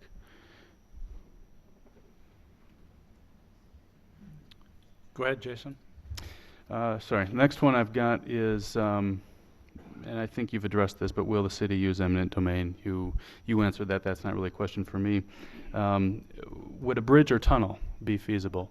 Was one that I made note of and thought it'd be fair to respond to. That was a topic that came up several times in different places in the planning area. And as a general rule, we advise against bridges or tunnels.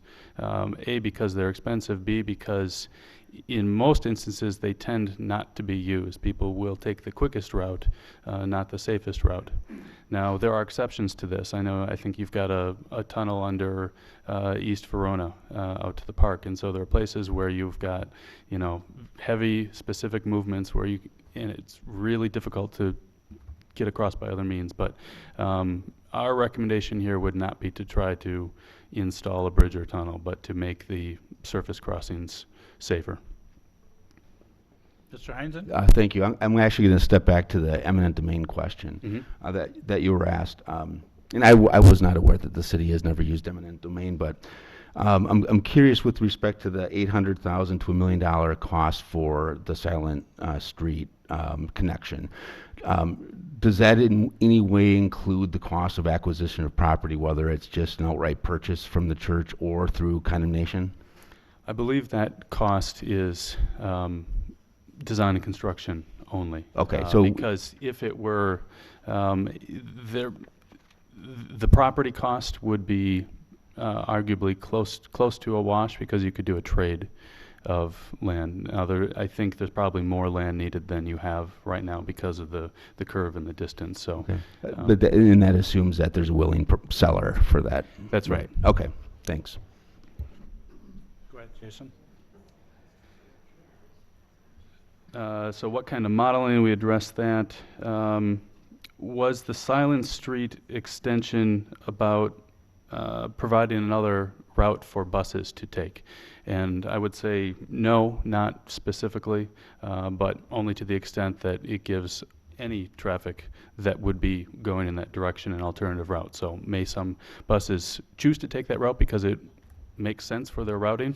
Possibly, but it wasn't specifically targeted to bus traffic.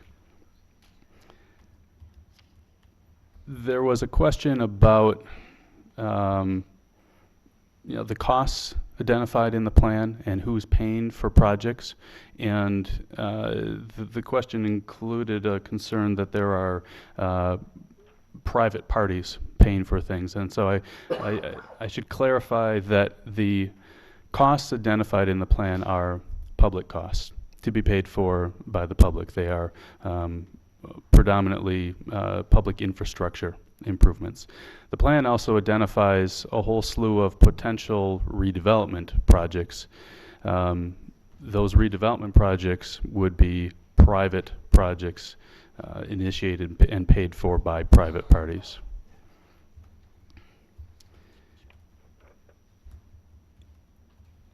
And then there was not a question, but a comment indicating that East Harriet Street would be connected to Richard Street, not West Harriet. And I just wanted to clarify that that's not the case. It would be connected south down to West Harriet, not north up to Richards. You didn't understand me. I said Silent Street to Richard Street. That's also not the case. Silent Street would connect to the high school parking lot.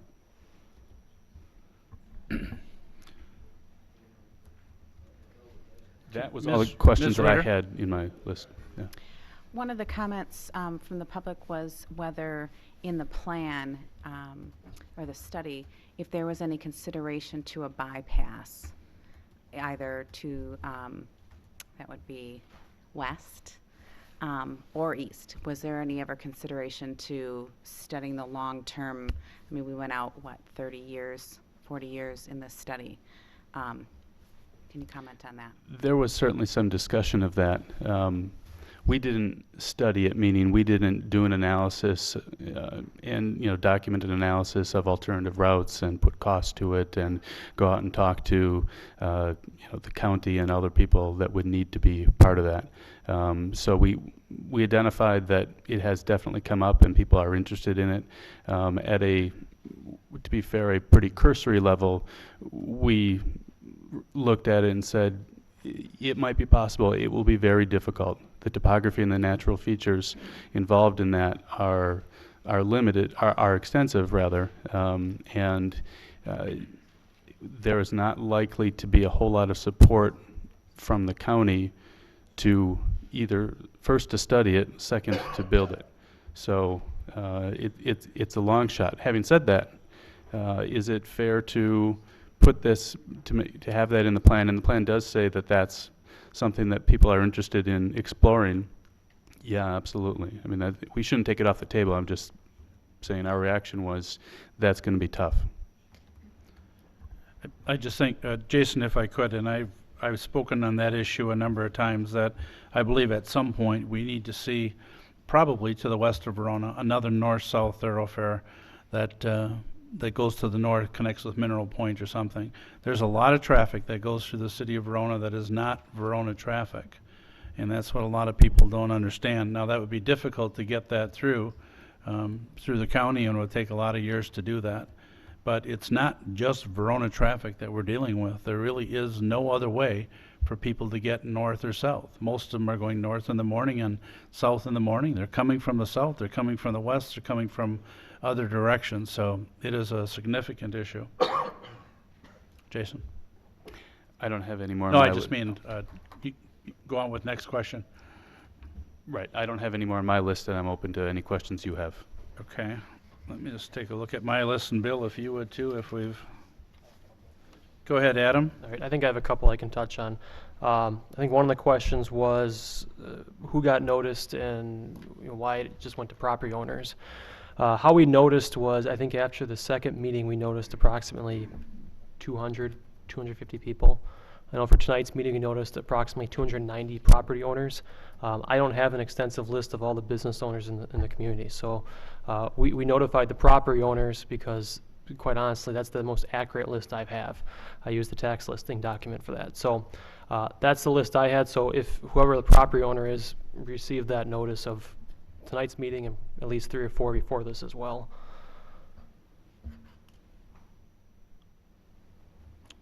I did remember another question asked. Go ahead, Jason. The question was about the salon property on East Verona Ave, and why did we pick that one? Did we consider the Masonic Temple on the back side of that lot on Franklin? And we did consider that, and to be fair, that's a plausible alternative. The reasons that we selected the salon property are 2 or 3.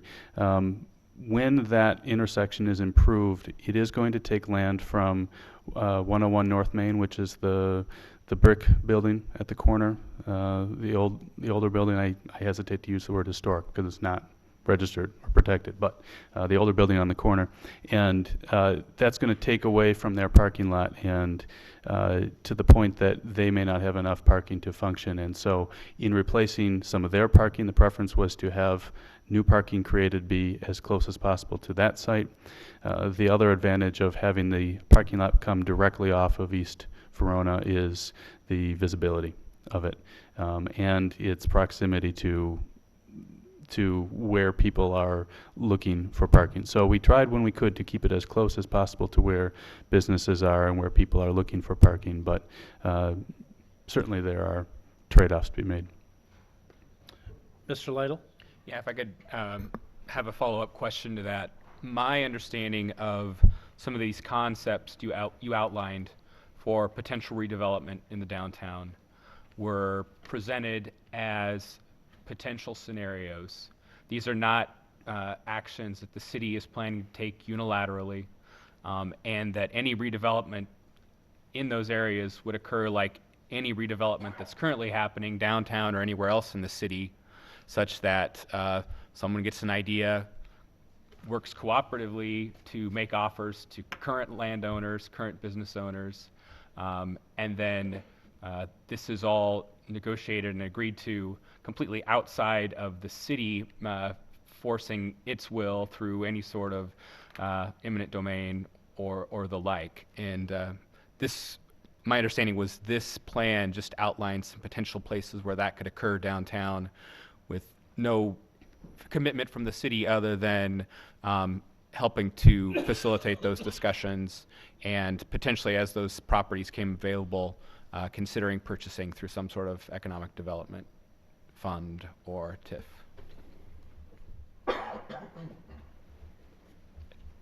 I can, you know, it's when projects like that come forward, I think we'll look at those on a case-by-case basis, as we've kind of done in the past. You know, if there is interest of a partnership or some type, that's, you know, we're always open to having that conversation. But what is shown in the plan is just kind of areas that we see as future developments. You know, that we've identified that could be redeveloped in the long term. You know, this is a 30, 40-year plan. So those are areas that over time we see redeveloping. You know, the images in the plan, the conceptually what it could look like, yeah, that's what it could look like. It all comes down to what is proposed there and you know, what standards we have in place. One of the recommendations Jason did mention was rezoning some properties proactively, trying to encourage that development to occur, amending our ordinances, our overlay district as well, creating clear definitions and guidelines for development too. Those are actions the city would take. You know, those are actions if this plan is adopted, I'd be doing those quite quickly. So those are ideas. If you do want to spur development, you can, say, loosen up the regulation and make it clearer for developers to know what they can expect and what the process is, so it's clearly spelled out for that redevelopment. Mr. Sorry, Lytle? I don't want to belabor the point, but so clearly an adoption or a recommended adoption of this change to our comprehensive plan is one action that the city would take. But beyond that, there's any number of specific actions that would have to be taken to implement some of the items outlined in the plan. Yeah, this is just a guide. It's similar to the comprehensive plan. You know, it's a guide to development, guide to the citizens of, you know, the city. It basically tells everyone what the city's intentions are for this area, and kind of as we move forward, obviously there's funding mechanism for improvements. Obviously, developers have to be interested in doing projects as well. But yeah, it's just going to guide development. That's the whole point of a comprehensive plan. Mr. Heinzen? Sure, and I'll have a follow-up question to that. I can understand how that is the case with respect to development down, you know, sometime into the future. But would you say that is it fair to say that if we were to adopt and recommend this plan, that even the Silent Street connection is still up for debate? Or is it more likely the case that, because that's a step that's going to be taken very quickly if we adopt the plan, that adopting the plan is really adopting the Silent Street connection as well, as a practical matter?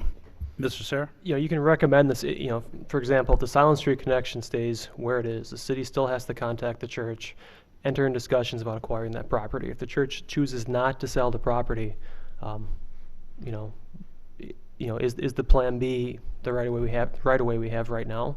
You know, that's a decision for the council. But if in the plan there is a recommendation to keep that roadway there, what that basically does is to direct staff to work on that. You know, whether it be how many months from now, whether it be in 2 years. I think the recommendation in the plan is to do that within 0 to 2 years. So that is something we would be working on and working towards. So if there is a connection there, that's something that staff would work on that. Mr. Burns?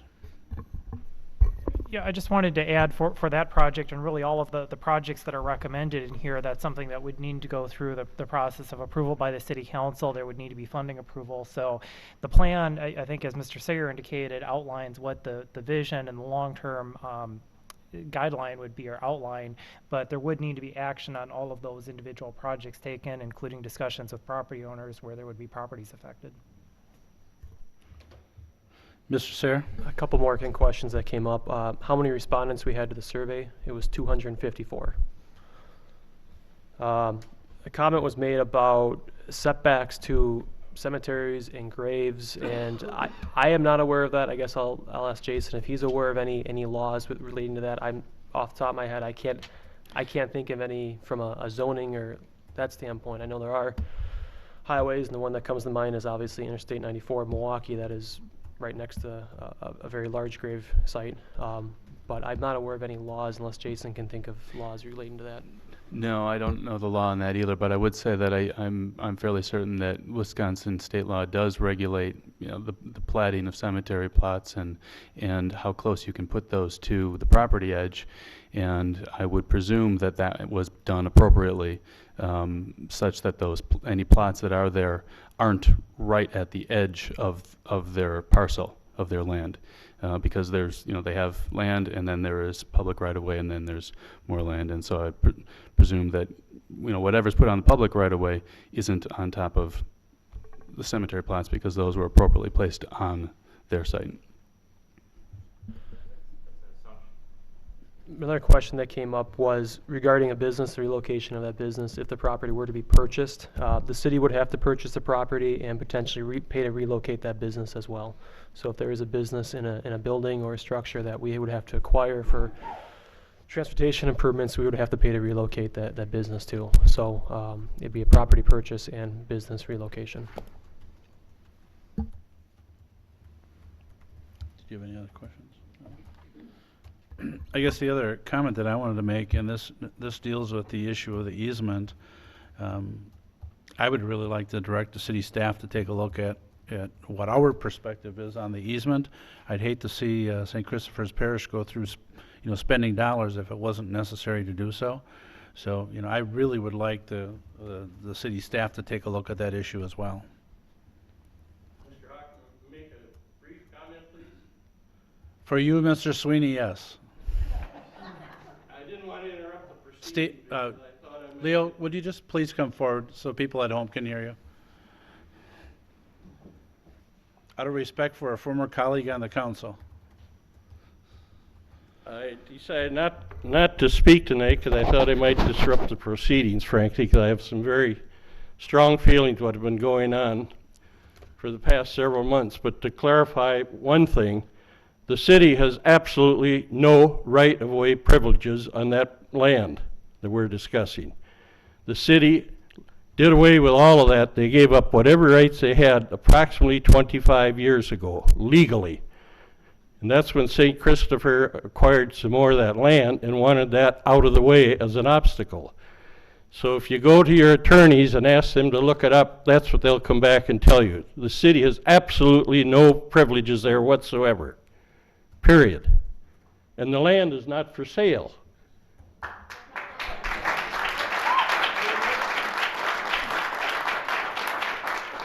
And for Mr. Sayre, if he wishes to bully somebody by bringing up eminent domain, that indicates that his knowledge of the law is completely in the past. That terminology has been dropped by the legal profession probably 10 years ago. It is now adverse possession. So if you want to pursue that, I would suggest you think about raising your budget for legal expenses also.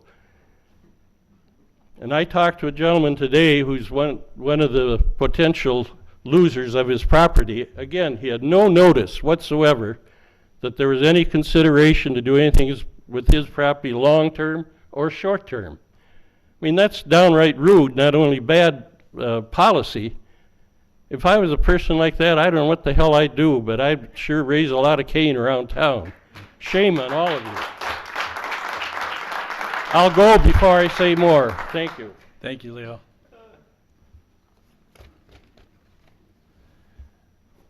Mr. Lytle. Given the high likelihood that there won't be any changes to Silent Street, can we project adding a signal at Llanos versus the high school parking lot entrance, and which would be preferable in terms of improving traffic flow, even if those signals were only operated certain times a day? I don't know, Bob, whether you've looked at that in the past or not, or whether you guys looked at that just at a three-way intersection versus a four-way. Mr. Gunlock? When when Lanos was put in and the school driveway, the new school driveway when North Main Street was rebuilt, there were conduit put in there that a signal could be put in if the need arose. We should really look at it. It is all in the city now. You should meet warrants before you put in a signal, but if the city chose to put one in, they could put one in. And that would be preferable than one at the high school entrance. Well, it would be nice if the high school entrance was reconstructed so that you could get in and out there. I think right now it's a one-way in. You know, that's something that should be looked at. Other questions or comments from Planning Commission members? Mr. Heinzen? Sure, thanks.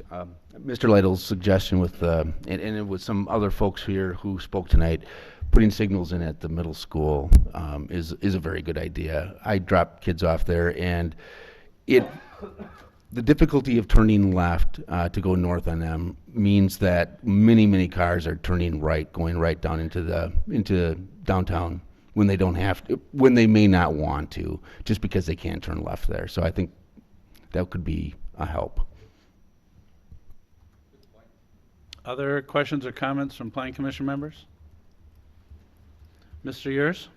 Yeah, Jason, I was wondering if you could just go over a little more in depth. I know it's in the larger presentation and not in the condensed version. Kind of go over more of the small business growth and how you're going to want to redevelop, especially the core of downtown. I know that was one concept that was asked about that during the public comment, and that's the area where I think that this proposal is really going to strengthen Verona anyway. It's going to allow us to enhance our images down as hometown Verona, hometown USA. And I know we get bogged down in a lot of the traffic issues, and those are important. And I'd like to explore alternatives to enhance the grid other than using Silent Street. But could you go over a little bit more of how you in the plan foresee developing the downtown core? Sure. I should start by noting that this plan is not primarily an economic development plan. That wasn't the focus. So we didn't do market analyses, and we didn't focus on business development or entrepreneurship strategies to support the downtown. Partly it was a budgeting question of the city. Partly it was a recognition, I think, that you have a strong chamber that really can be an important part of that role going forward. Because I do a lot of small town economic development, I would say that is really what makes or breaks it. Is the success of the effort is having people on the ground here actively engaged in trying to build things. So there's a limited utility to what a planner may say from the outside about how to start and build businesses. What we did try to do with this plan is to eliminate things that are getting in the way of business success. One of those, and this isn't universal, but it was in a few specific places, one of those is parking. So we heard difficulty in the first block of South Main Street. Avanti's and a couple of businesses around them, their parking situation is difficult. Avanti's in particular, I think, has people parking sometimes illegally in the parking lot at World of Variety across the street. So there was one site in particular where parking was recognized to be a problem that was inhibiting a current business, it was believed. Getting to the very fundamentals of this whole plan, and what I think the city's intent was in initiating this plan, you want to facilitate development. You want to facilitate investment. You want people to invest in their businesses, to build new buildings.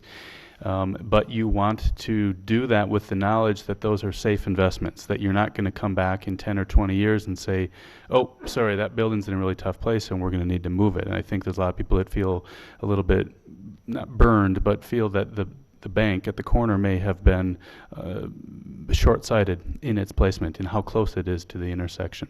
And so an important premise for this whole plan is to say, okay, let's look out 30, 40 years and ask, what are the people who are going to be coming to council then and saying, this is what we want? What are they likely to say? And what are the needs going to be 30, 40 years from now? And are you going to be putting yourselves in a position to be able to respond to that or not? And so I would boil down this plan in many ways to a question of where and how are we protecting right-of-way, and where and how are you directing buildings to be built so that you have the flexibility to make those choices in the future.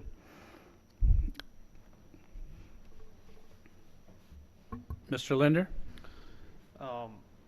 I want to thank everybody for coming tonight. It's been a really big turnout and spending your time away from your family to come talk about something you're obviously very passionate about. I got a few questions for Jason, a few for the council. So excuse me for jumping around a little bit. There's been a lot of talk about what the busy time is. What is your determination as the busy time for the Four Corner intersection? Is it? You can ask me a detailed traffic question, huh? Yeah. It starts, to be non-specific with the hour, because I'd have to look it up here, but it starts when school lets out in the afternoon, and it's definitely the PM hour, the PM hours. So it starts, I want to say it starts around 3:30 and runs to about 5:30, so it doesn't really drop off until after the work commute. It does a bit, but picks up again. But it's definitely the PM peak is the one that we're concerned about. The morning's not. Morning is less so. And the other thing that might be worth noting is that the traffic on Main Street is fluctuates quite a bit and is definitely commuter type traffic. So it's high in the commute times and low in the middle of the day. The traffic on Verona is consistent throughout the day. It doesn't have as much of a peak and valley to it. Okay. Is that 12 months or 9 months out of the year? That's not average annual daily traffic. That's a count. That's based on counts on a day in the fall of 2012. We collected that stuff right away while it was still warm out in the fall of 2012. Okay. And schools in session? Yes. Next question I have is, to the point of Mr. Lytle, Mr. Heinzen, getting out of the Badger Ridge Middle School.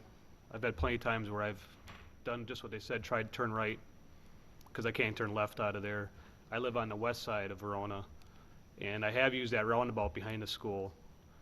One of the plans showed a connection basically to the front of the school. Was the intent to have people be able to go through from the front of the school, drop them off in the front of school, and then go back through Basswood? To hit like cross country? Sure, though I would say that the intent is more so to accommodate people who are coming to park.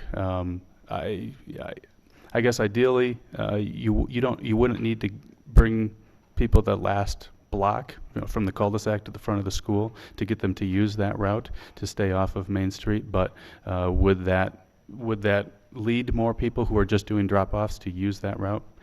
Probably, yes. I think that potentially could have a advantageous effect on the traffic. However, I'm not sure the people in Basswood would like that. The next question I had is, I know that the main intersection, people don't want it, but are there some other spots on the roundabouts been better instead of stoplights? Like Paoli Street? Paola is tough because of the residential properties around it. Could you squeeze? I mean, there's a little bit of open space on the northwest corner there. I'll tell you that we didn't do an analysis to see how it might fit. My initial reaction is I don't think it fits. Oh, any other spots?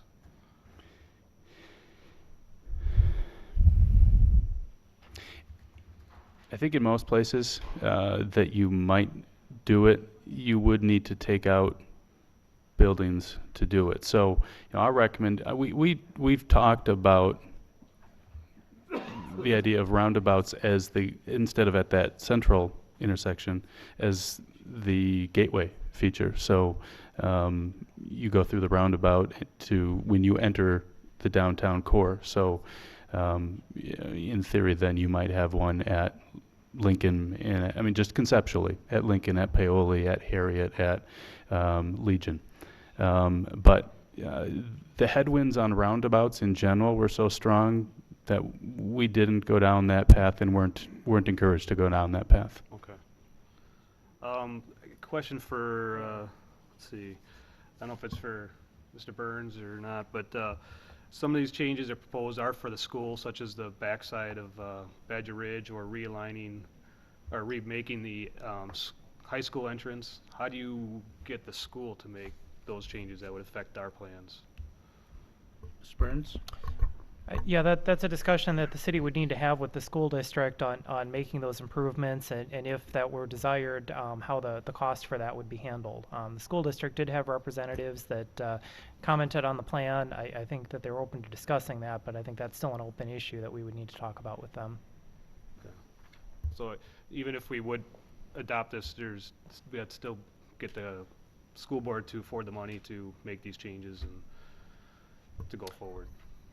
Yes, I believe that's correct, and just like for several of the improvements that are in here that would be city-funded improvements, that's something that would need to be discussed as part of the budget process for the city as well. Okay. My last comment, there's a lot of opposition to Silent Street, moving it or extending it. I guess I'm not really for that, moving it, leave it the way it is. I don't know how that affects the rest of the plan. There's some traffic they're planning on bypassing. I don't know if that question is to Jason. What is the impact if Silent Street does not get changed? Is it significant? Is it minor? Is it what is it? So two immediate answers. The first is, as I said, we didn't model it, but the second is that the dynamics of traffic are tough to model and are fluid, and so it depends on a lot of variables as to what's going to happen, not only in what other public infrastructure improvements are made or not made, but in where new development occurs, and a host of other things that could affect it. So what impact will not connecting that have? It will not take that traffic off of Main Street, and the frustration level will be hit sooner than later. And how much sooner? I couldn't put a number to that. Is it going to buy you 2 years or 5 years between when people hit that threshold and they say, this is too much, we need to do something about it? I guess if this body decides they're not going to recommend this because of that, would there be another tweaks or something to make it more viable, knowing that Silent Street wouldn't change? Would that be the next step if something did not get approved today? No, it's not a question. So tweaks to the plan, Yeah. other than taking that out? No, not really. It's only a question of, it's only going to affect how quickly, after this phase one improvement to the main Verona intersection, which should help quite a bit, it's going to affect, how quickly you get to the point that people are really frustrated again. So the plan would be just, if the way it is, leave Silent Street would be off the table, everything else in the plan would just still apply as is. Okay, I do have at least one more. Go ahead. Go ahead, So sorry. part of the mechanism here is, I think state law requires us to approve this before it goes to council, is that correct? Mr. Burns? Yes, a recommendation from the Plan Commission is required before it would go to council. For or against, it doesn't matter? Or does that be for? Do you know the answer to that? The resolution would have to be passed by the Plan Commission. That's because of what's in our comprehensive plan, also by state statute. So the resolution would have to go forward to the actual council. And the resolution would say adopt the plan as it is presented? Yeah, well, I mean, you can put conditions or changes in the resolution. I mean, you can, like any approval, if you didn't want Silent Street in there, you could make a motion basically eliminating that connection. To Modif- amend. whatever, it's like any motion and anything, you can modify it as is. So you have a resolution in front of you. If you make amendments to it, what I'll probably do is just add the language to the resolution, and then we'd clean up the plan if it's adopted by the council. Okay, thank you. Sure, thank you, Your Honor.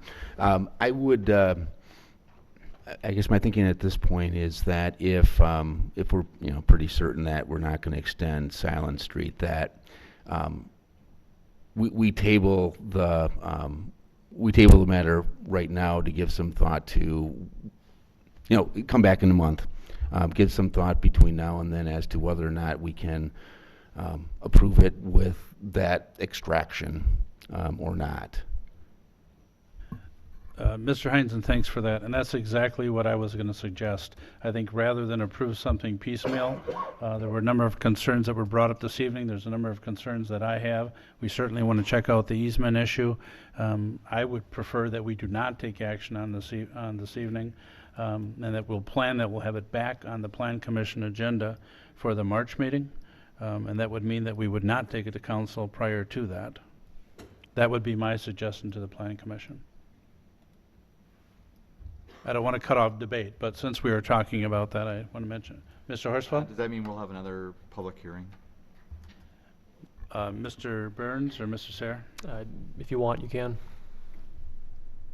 I can notice, if you direct me a notice that way, you can. You don't have to, but if you want to, you can.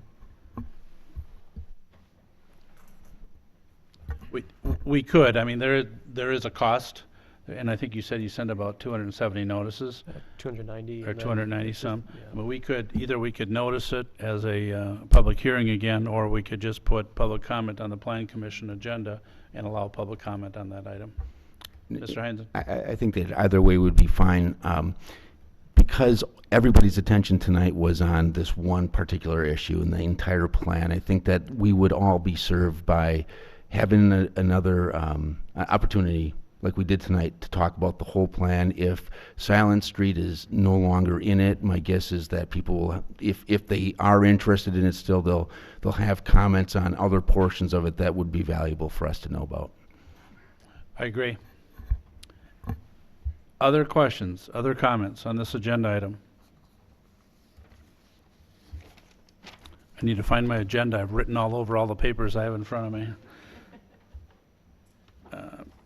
So we do not need any action on this evening, so by consensus, we would just lay it over until the next meeting. Mr.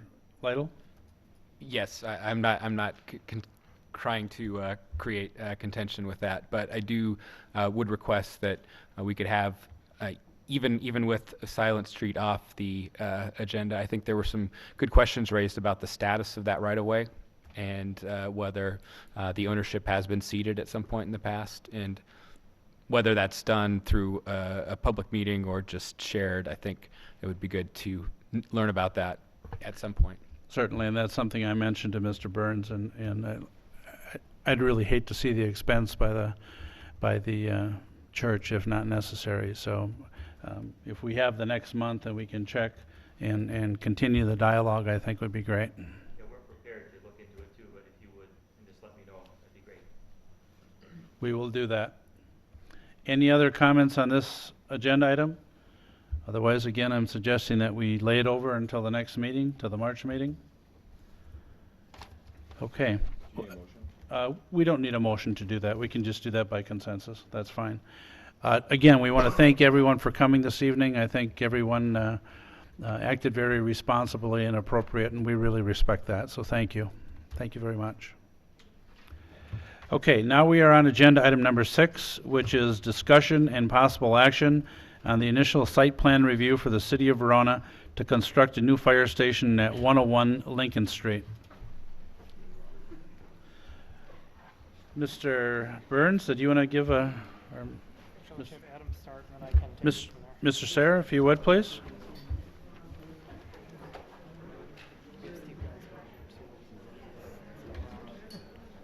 I saw him before. Should I give it a second? Yeah, let's give it a second.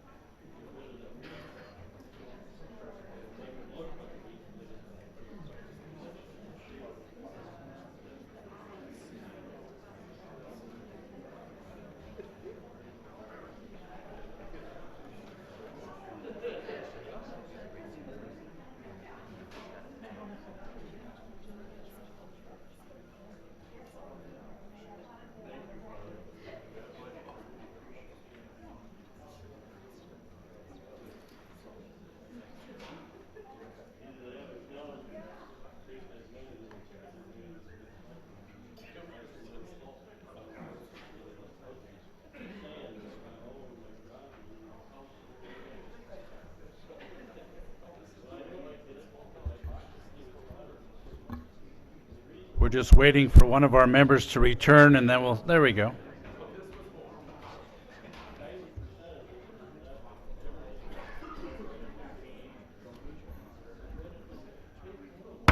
Okay, we are back on agenda item number 6. I would just ask those that are in the room here, if you have conversations, if you would please take them in the corridor so that we can proceed with our last agenda item. Thank you. Mr. Sarah, if you would please. So tonight, this is the initial review of the city's proposed new fire station. This station will be located on the same site that the existing fire station is located on. The picture on the screen right now shows the future fire station in red, and the area dashed with this black line here is the existing station. The new station will be approximately 40,000 square feet. The intention is to demolish the office area initially and then start construction of the apparatus bays right away. The new two-story station would include office and living space, and would also have space for both fire and EMS personnel. Excuse me just a second, Adam. Can everyone hear out there? I just want to make sure that you can hear. There are conversations in the back of the room, so. Okay, Adam, proceed. From a bulk standpoint, we're still working with the architect on specific setbacks. One of the recommendations in the city's downtown plan that was discussed tonight is a 5-foot setback for this property. That is something that staff is strongly recommending. This is an area of the city that actually has a very large right-of-way in front of it. So if you look at the site plan in front of you, there's this white dashed line. That's actually the right-of-way. Everything between the white line and the road is all right-of-way. So there's an incredible setback there, and that was planned for a future highway when it was originally controlled by the state. So we're recommending the smallest setback possible, because the building on this corner, when that's redeveloped, would obviously be set closer to the street than this building. So the closer we get this building to the street, the better the chance it's going to look like it should be there. Parking and access to the site would be provided from Lincoln Street, and then fire trucks and EMS personnel would have direct access onto East Verona Avenue. Access from Lincoln Street right now shows a possible one access point for people visiting or also staff, and the second access would be for fire trucks. Staff and the architect are still working through the details of it. In addition, we're working through the parking counts as well. The station does have a planned large conference room for events such as open houses for the downtown plan. A lot of the items we currently hold at the senior center could be located at the fire station instead of the senior center. So it does have that large meeting space for events that will need a significant amount of parking on the property. Drainage and stormwater is still being finalized as well. We're still working through those details with the architect. The building itself will be more of a modern-looking building. We took a look at existing buildings within the downtown area and at City Hall, and we looked to try to complement those. It does not have your historic, traditional fire station look to it, and the reason for that is most of the buildings in this area of the city are more modern. So we recommended a more modern-looking building. The roof pitch on the hose tower would match the roofs on City Hall. The corner feature along Lincoln and Verona Avenue would contain the antique fire engine. It'd be a center point, a focal point for the actual site itself. All the elevations facing the streets would have a large amount of glass. There would be 7 doors for fire and EMS apparatuses. The doors would actually open out like a closet door. It would not go up, it would open out. But the intent of the design was to use high quality materials similar to City Hall, and just to complement the building and make it a similar look to it. So with that, this is the initial review, just the initial look at it. I know the architect is here tonight and is probably happy to answer questions or any comments that you have. I know Bill's been working on this too, so if any other specific questions, I'm sure Bill can help as well. So, but the more feedback you can provide the applicant, as always, or the architect, the better. If you would, Steve, for those that have not met you, for their benefit, would you introduce yourself, please? Good evening, Steve Gosman. I'm a principal and owner of Five Bugles Design. We're a design studio that specializes in emergency services building. For what it's worth, I had the unfortunate experience about a decade ago of getting pressured into putting a fire station in a city park. It made tonight was very reminiscent.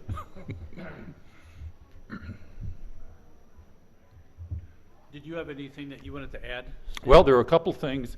At tonight's ad hoc committee meeting, there's a possibility that there may be an eighth bay that'll be put in front of the council. The drive here has been abandoned. Steve, we'll get you the microphone.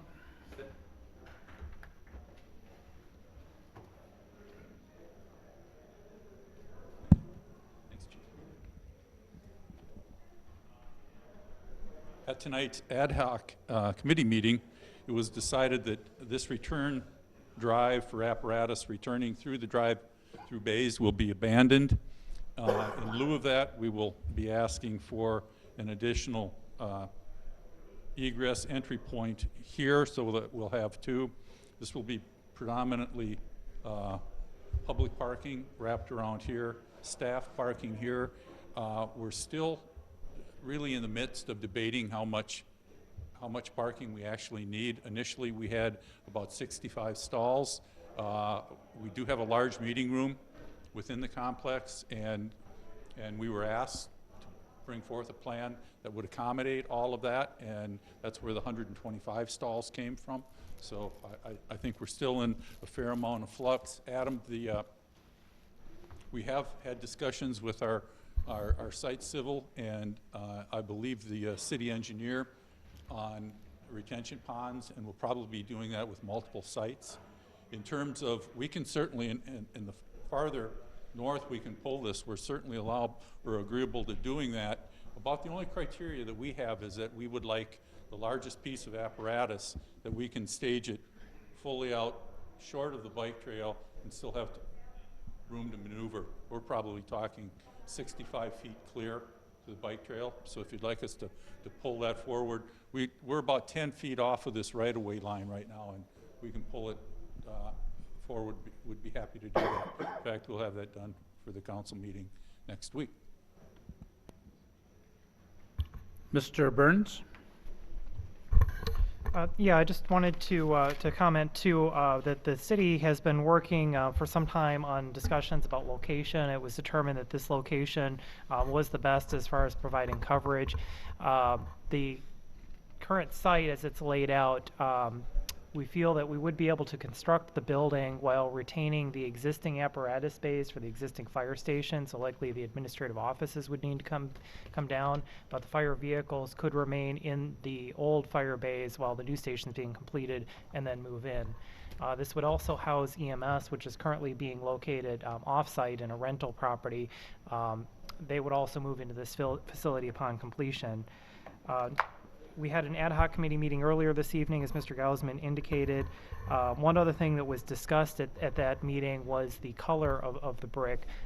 There was a question that came up of could there be a darker, perhaps a red color that'd be more of a traditional fire station look. That's something that the architect is going to take a look at and see if there's something that would work with this style of architecture with the City Hall facility, but perhaps have a little bit more character to the appearance than the tan or beige color that's shown in the rendering here. As far as where we're at in the process, we're just wrapping up the Phase 1 schematic plan. This will be going to the City Council for consideration and direction on whether to proceed with the Phase 2 detailed design. And then as this is the initial review at Plan Commission, we'd anticipate bringing this back at a future meeting with additional details as we continue to go through the design process. The ultimate goal would be to be in a position to bid the project and start construction by the middle of this year with completion by the middle of 2015. Any questions or comments? Mr. Horsfall? Yeah, so that large apron, the fire trucks would come out onto the East Verona Avenue, and would they be able to go left? Yeah. Mm-hmm. The meeting's gonna be taken out. Okay, that answers that question.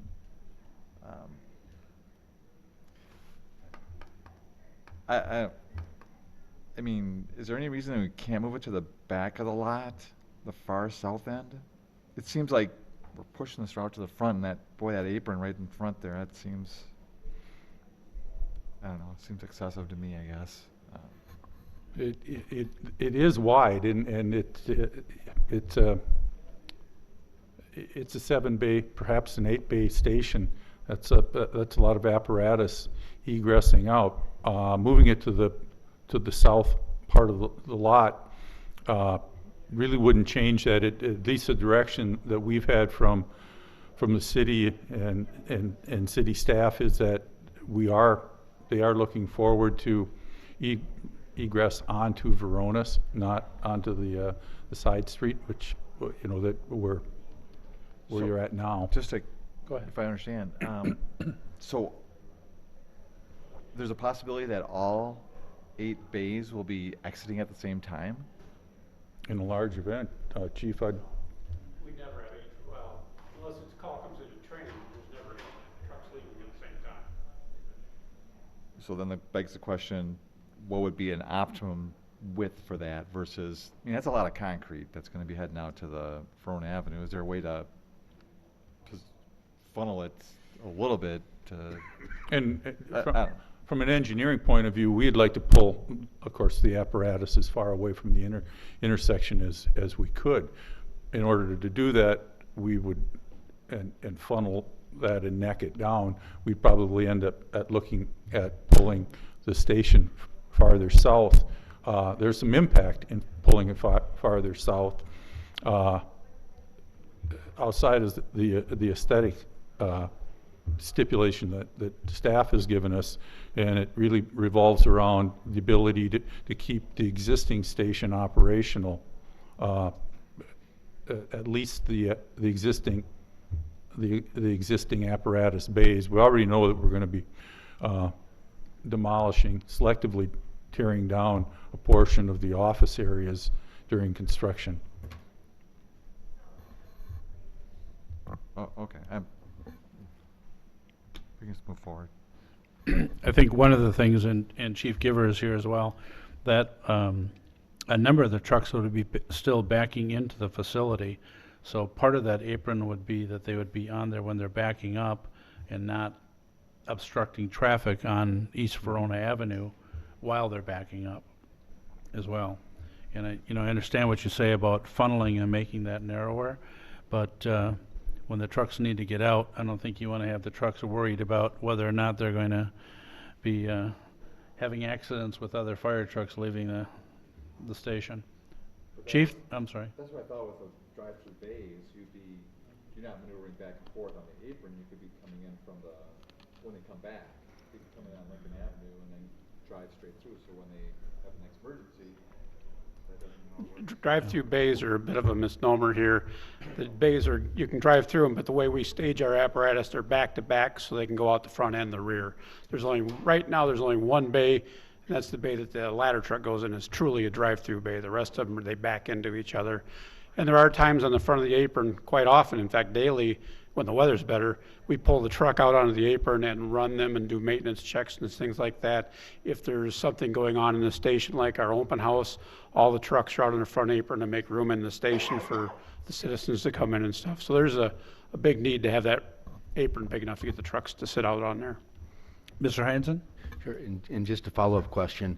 Does that mean that there will be some apparatus that will be exiting on Lincoln Street? No, the plan is all the apparatus coming out of the rear will turn to the east and come around that end of the station and exit onto Verona Avenue. You see there's a little bit And of a are drive those, to the east.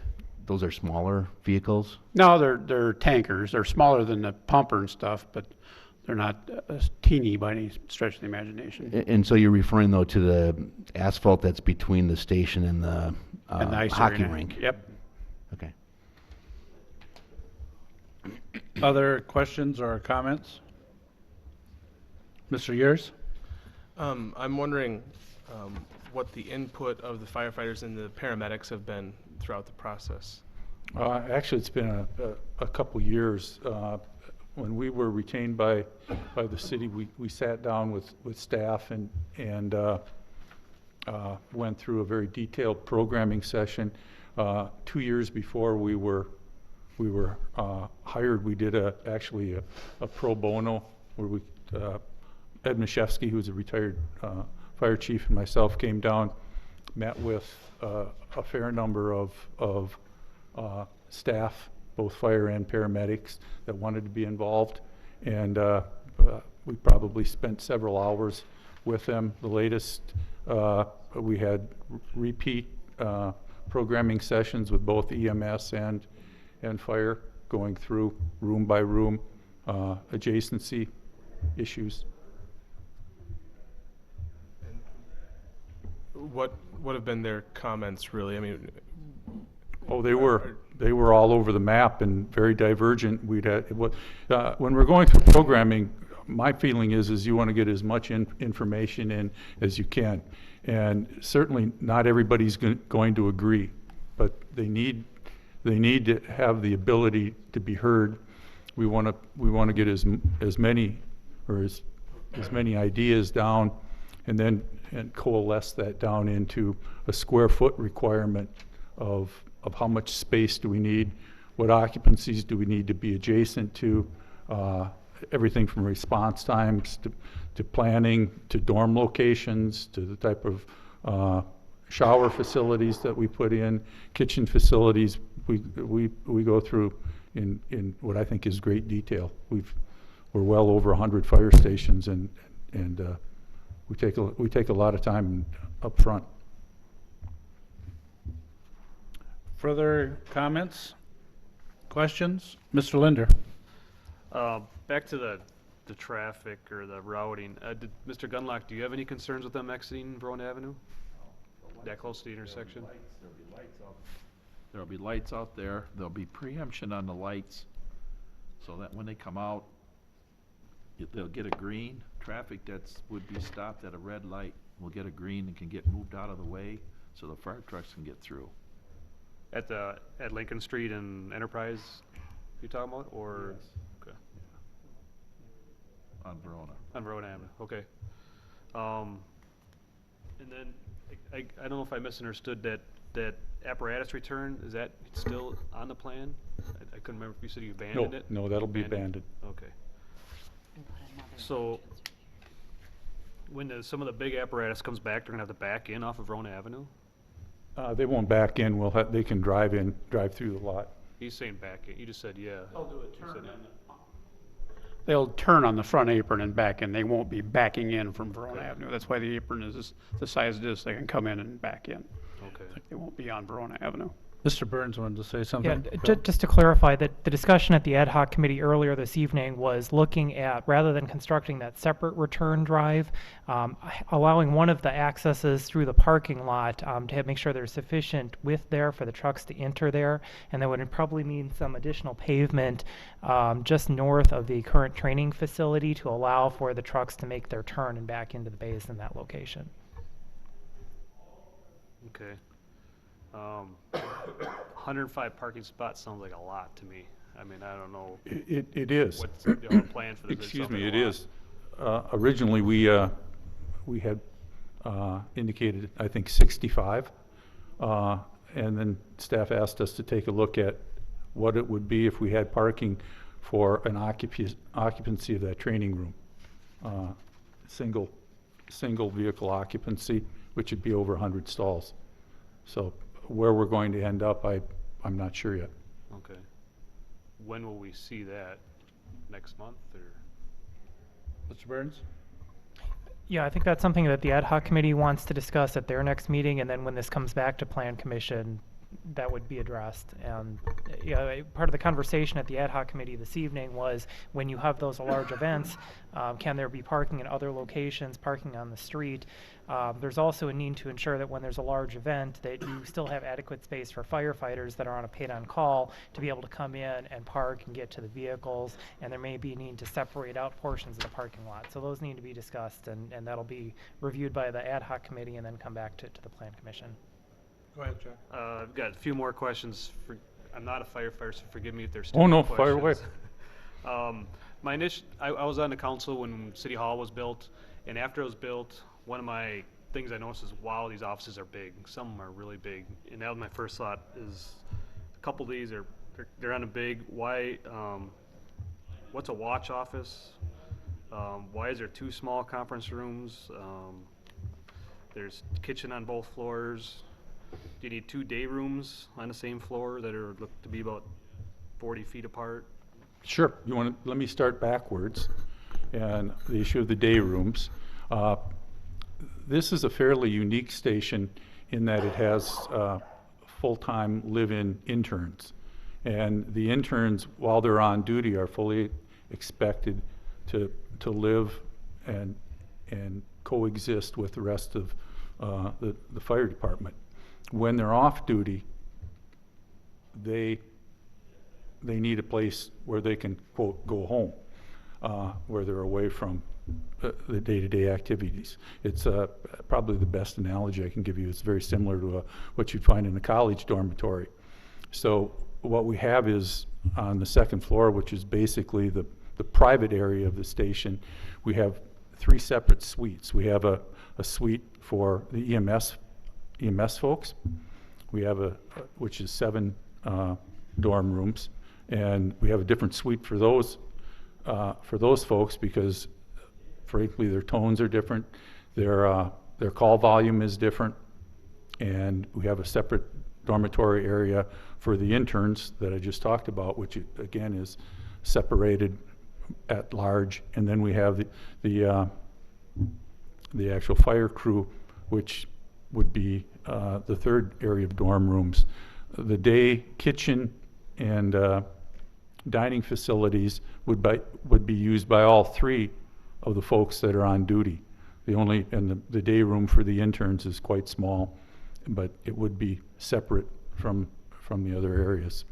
Okay, so I guess I'm not understanding why EMS and fire are so separated. Like, so they own kitchen, their own rooms, their own day room? Oh, they don't. They have their own, they have separate dorm rooms, but they would be sharing the same dorm, or they would be sharing the same kitchen facilities, same dining facilities, same day room facilities, same exercise facilities. Okay, but there's 2 kitchens right near each other. Go ahead, Right. Mr. Burns. Yep. The small kitchen, small day room that's for the interns. So explain to me what you mean by an intern. Basically, firefighters in training, and they're on for 2 years, Chief? Most of the area fire departments have internship programs where we bring in young people that want to become firefighters, and we pay them to go to school. We pay for their associate's degree program where they get all their certifications that they need and their degree. And in turn for that, they live in the fire station for us, and they are on shift and work for us basically for a very small amount of money, just to help them with their groceries and things like that. So it's a very inexpensive way for us to help with staffing in the station, plus it benefits the young people trying to come up through the service. Fitchburg, town of Madison, Oregon, there's many, Blooming Grove, many of the area departments do this, and it's a very good program to utilize. So why do they need a separate day room though? Why can't they use? If you've never been in a fire station, it's kind of hard to understand, but I was in one today. So. The interns, if you're living in the station, which is what they're going to be doing, you're there all the time.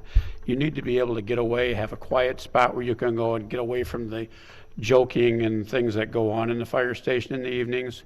If they need to be able to study or go to bed early because they have to get up for an early class or something, they need to be able to do that. They're off duty when they're in that area. There's no station alerting in that area or nothing. When they are on duty, they move out into one of the fire bunk rooms and sleep out there during that time when they're on duty, so they can hear the tones and get up and go on the truck right away. It's their home, and we want to make it as comfortable for them as we can and disrupt their sleep as minimally as we have to. Probably the best way to put it is any of the fire EMS folks get to go home. They work their shift. The interns don't. That's where they're living when they're not on duty. Mr. Burns? Yeah, and I just want to clarify that the intern program is not something that we have currently. It's something that has been discussed as an option if we had the space to accommodate it. And the attractive part of it is it allows us to have additional people to supplement our crews at a much lower cost than paying full-time staff to be on a regular rotation in the station. So that's why it was discussed to, if possible, include space in the station to allow for that type of intern program. And I think the chief explained that that would be a separate area where they are living there, not just when they're on duty, but they're living there for that entire time period. So that's why there are some small areas. I don't believe that would be a full kitchen. I think it'd be a small kitchenette. They'd have a small day room, but it would be for that time when they're not on duty to not be out in the active part of the station. You did have a question, Jack, on kitchens, and there's also a full commercial kitchen, if you will, on the lower, and we've had a number of in-depth discussions on what's going to happen within that large training room, again, that's sized for about 100 people. And that does have a kitchen that is fully I understand augmented. that one. Okay. Yeah, for pancake dinner, something. Mhm. Cook for, I do understand that one.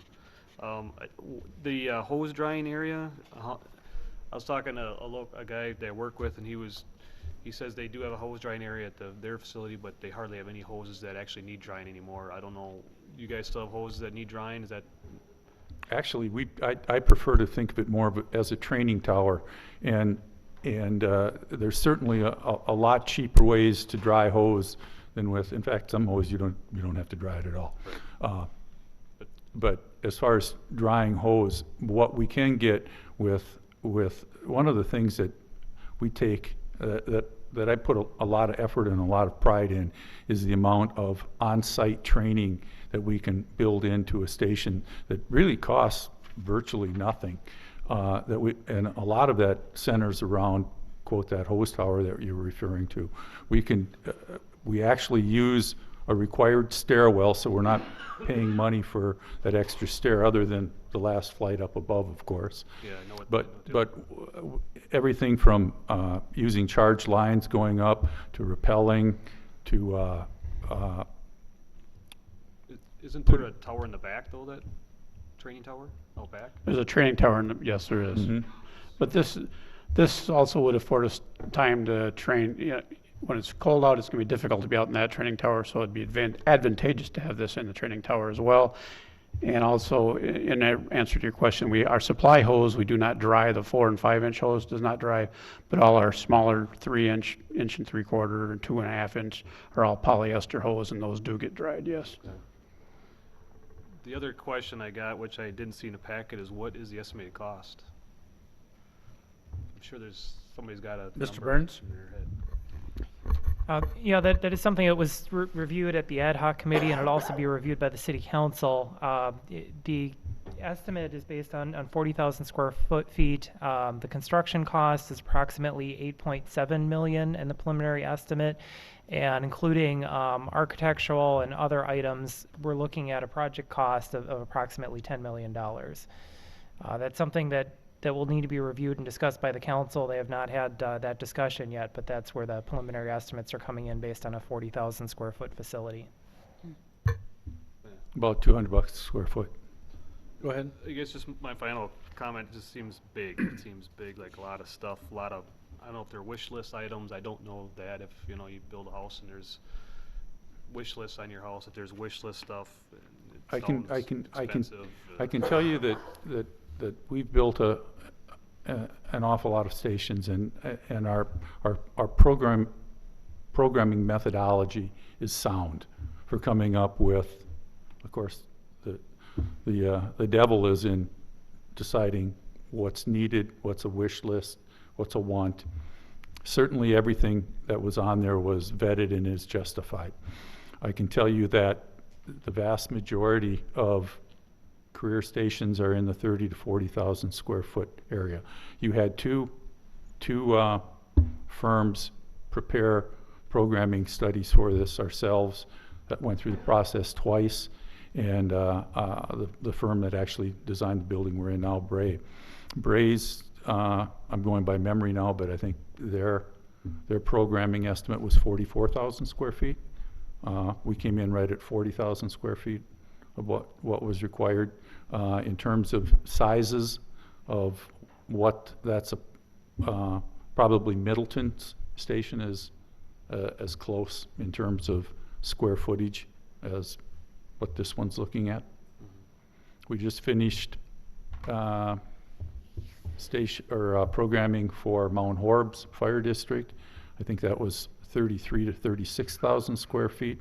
Likewise for DeForest, theirs is coming in at, I believe, 33,000 square feet.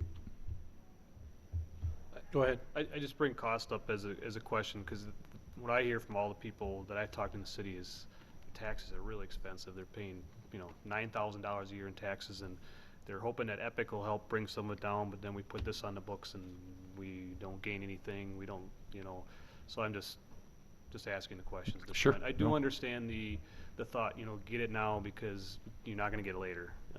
As far as, if something, this is a 30-year building and 20 years down the road, you might, need everything Actually, you got there you know, more than you have. our directive was fairly specific, that the city was looking at quality. We were looking at a 50-year plus structure.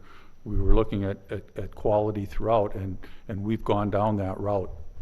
Everything that you're seeing from us is to that end.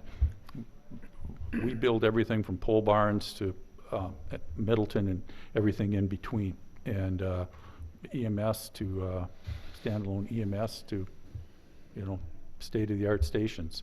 So there's always that room of, and when you start talking square foot numbers, that's always difficult, because buildings aren't just a masonry building, they're made up of systems. And what type of heating system are we going to put in? Is it going to be in-floor? Is it going to be a gas-fired radiant? Is it going to be Modines? There's a whole litany of things that we can play around that can increase or decrease the cost depending on where we're at. To meet the standards set forth, both us and our construction manager that you hired have arrived at around $200 a square foot. And that seems pretty much consistent with other stations that we're putting up right now. All right, thank you. Ms. Ritter? Thank you, Mayor. I just have a couple questions. Can you talk about the staffing that you looked at? How many interns were you using for your projection? How many staff on the fire department? How much staff on the EMS side? I think there were 6 interns. Oh, before interns. Yep. We'd have 4 interns would be the plan. Fire department staffing, currently we run with 2 full-time and 2 part-time from 6 a.m. to 6 p.m. Our hopes is with the having living quarters, we would transition to a lieutenant on shift 24 hours a day, and then 1 additional position overnight for a driver for a paid on-call or paid on-premise employee, and then increase that every year until approximately 2017. We would look at putting on 2 additional full-time staff potentially and go to a regular 24-hour shift with everyone at that point. So that's like 9 or 10 at max? Yeah, we would never have more than initially by 2017, we would hope to have a 4-person company staffed by 2017.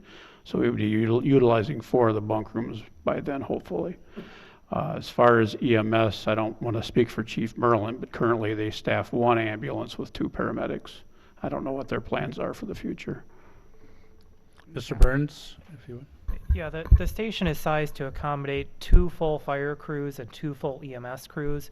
Currently, EMS runs with 1 crew staffed in the city of Verona and 1 crew staffed in the city of Fitchburg. And fire, as the chief indicated, is staffed 12 hours a day with the plan to transition that. So the station is definitely being designed with future needs in mind, that it could accommodate 2 crews for both fire and EMS operating out of this station.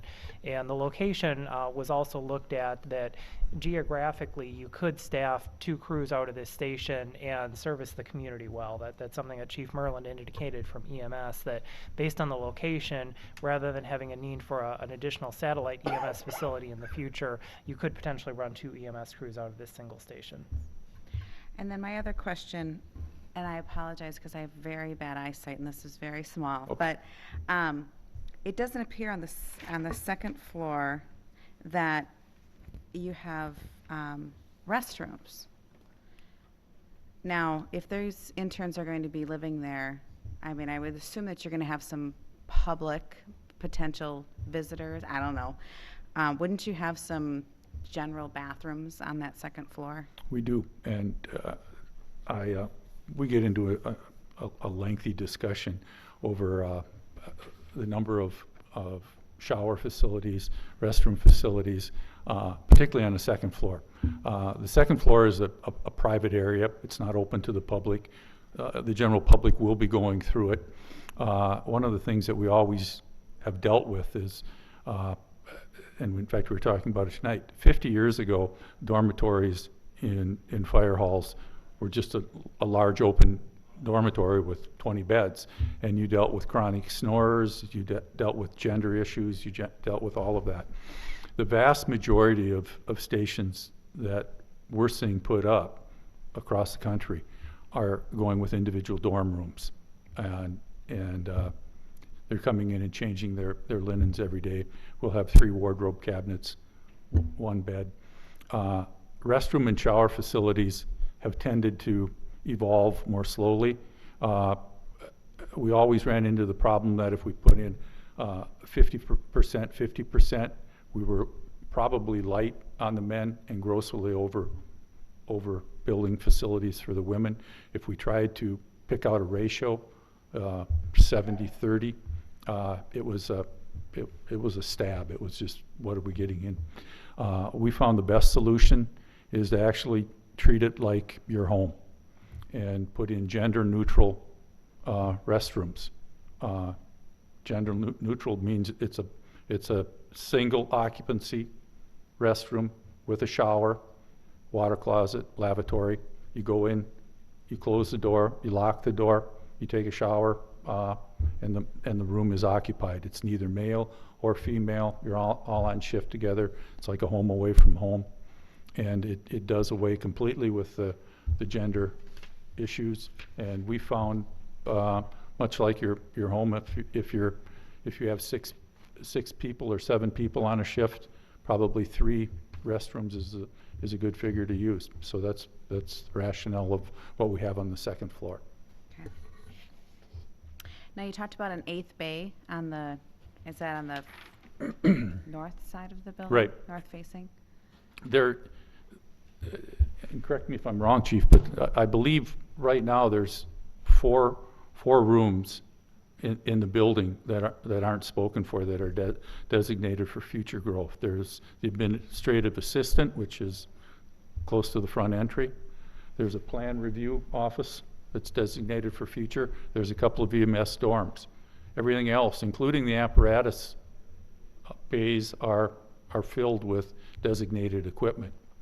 And there was some discussion tonight, do we need to allow, given the cost of what this fire station is versus what the cost of it is, should we be putting on an 8th bay in case we ever do have additional apparatus that's either of yours, or depending on how much regionality you get into, if you're going to be sharing it with other departments. Mm-hmm. Yeah, Steve's pretty much correct. The 2 offices wouldn't be filled immediately, and we would have, right now, according to the plan, we would have 1 empty apparatus, 1 stall for a truck empty at this time. That's with 8 bay, the 8th one That's added? with 7. That would be a 7. separate, yeah. Okay. If you look at City Hall here and the police department, they build in a lot of extra capacity for growth. And when you look at the fire station, what we've asked for, the first floor, except for the 2 offices and the 1 bay, are full immediately. The only place we have for any capacity is in the bunk rooms, because we know the potential is to have 2 crews on duty. That's why we got 8 dorms for fire. And even if we don't have 8 crews, 8 personnel on duty, pardon me, I'm not feeling real well tonight.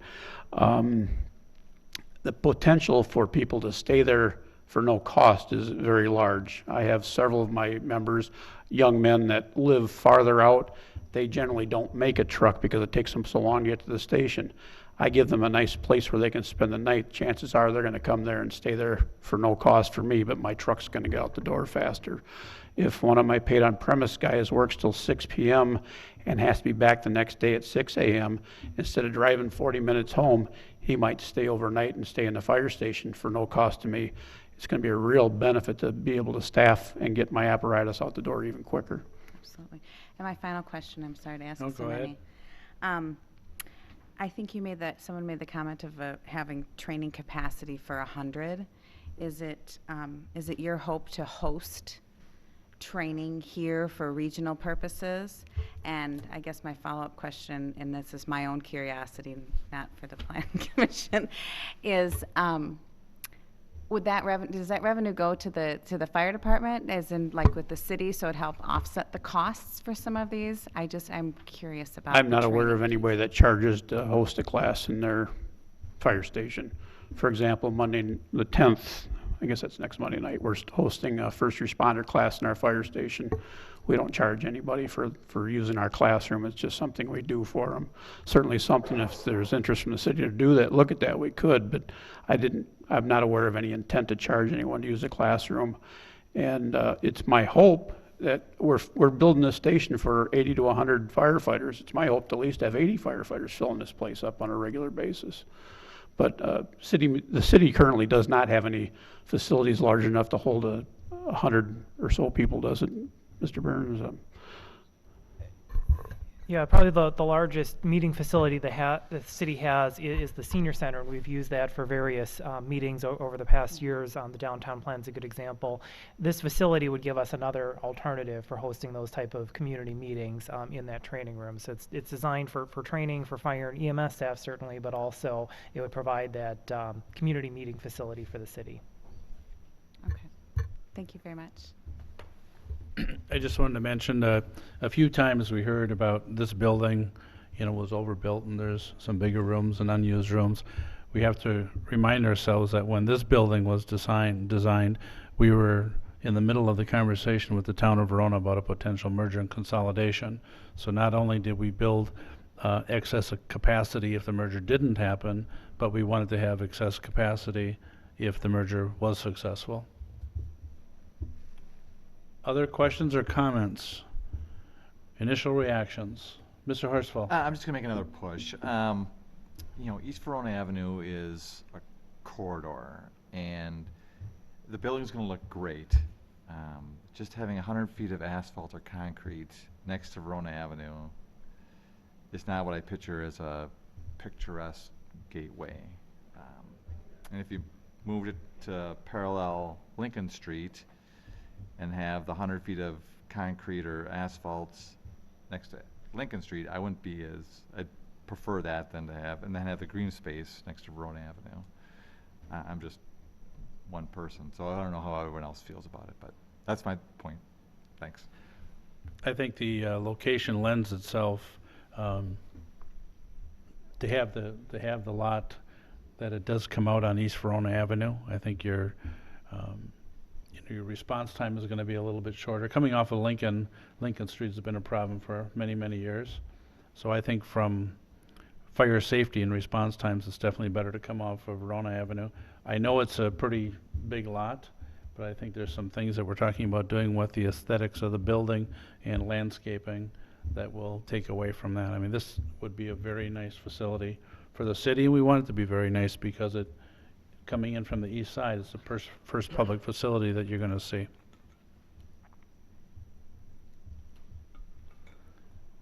Mr. Yurs?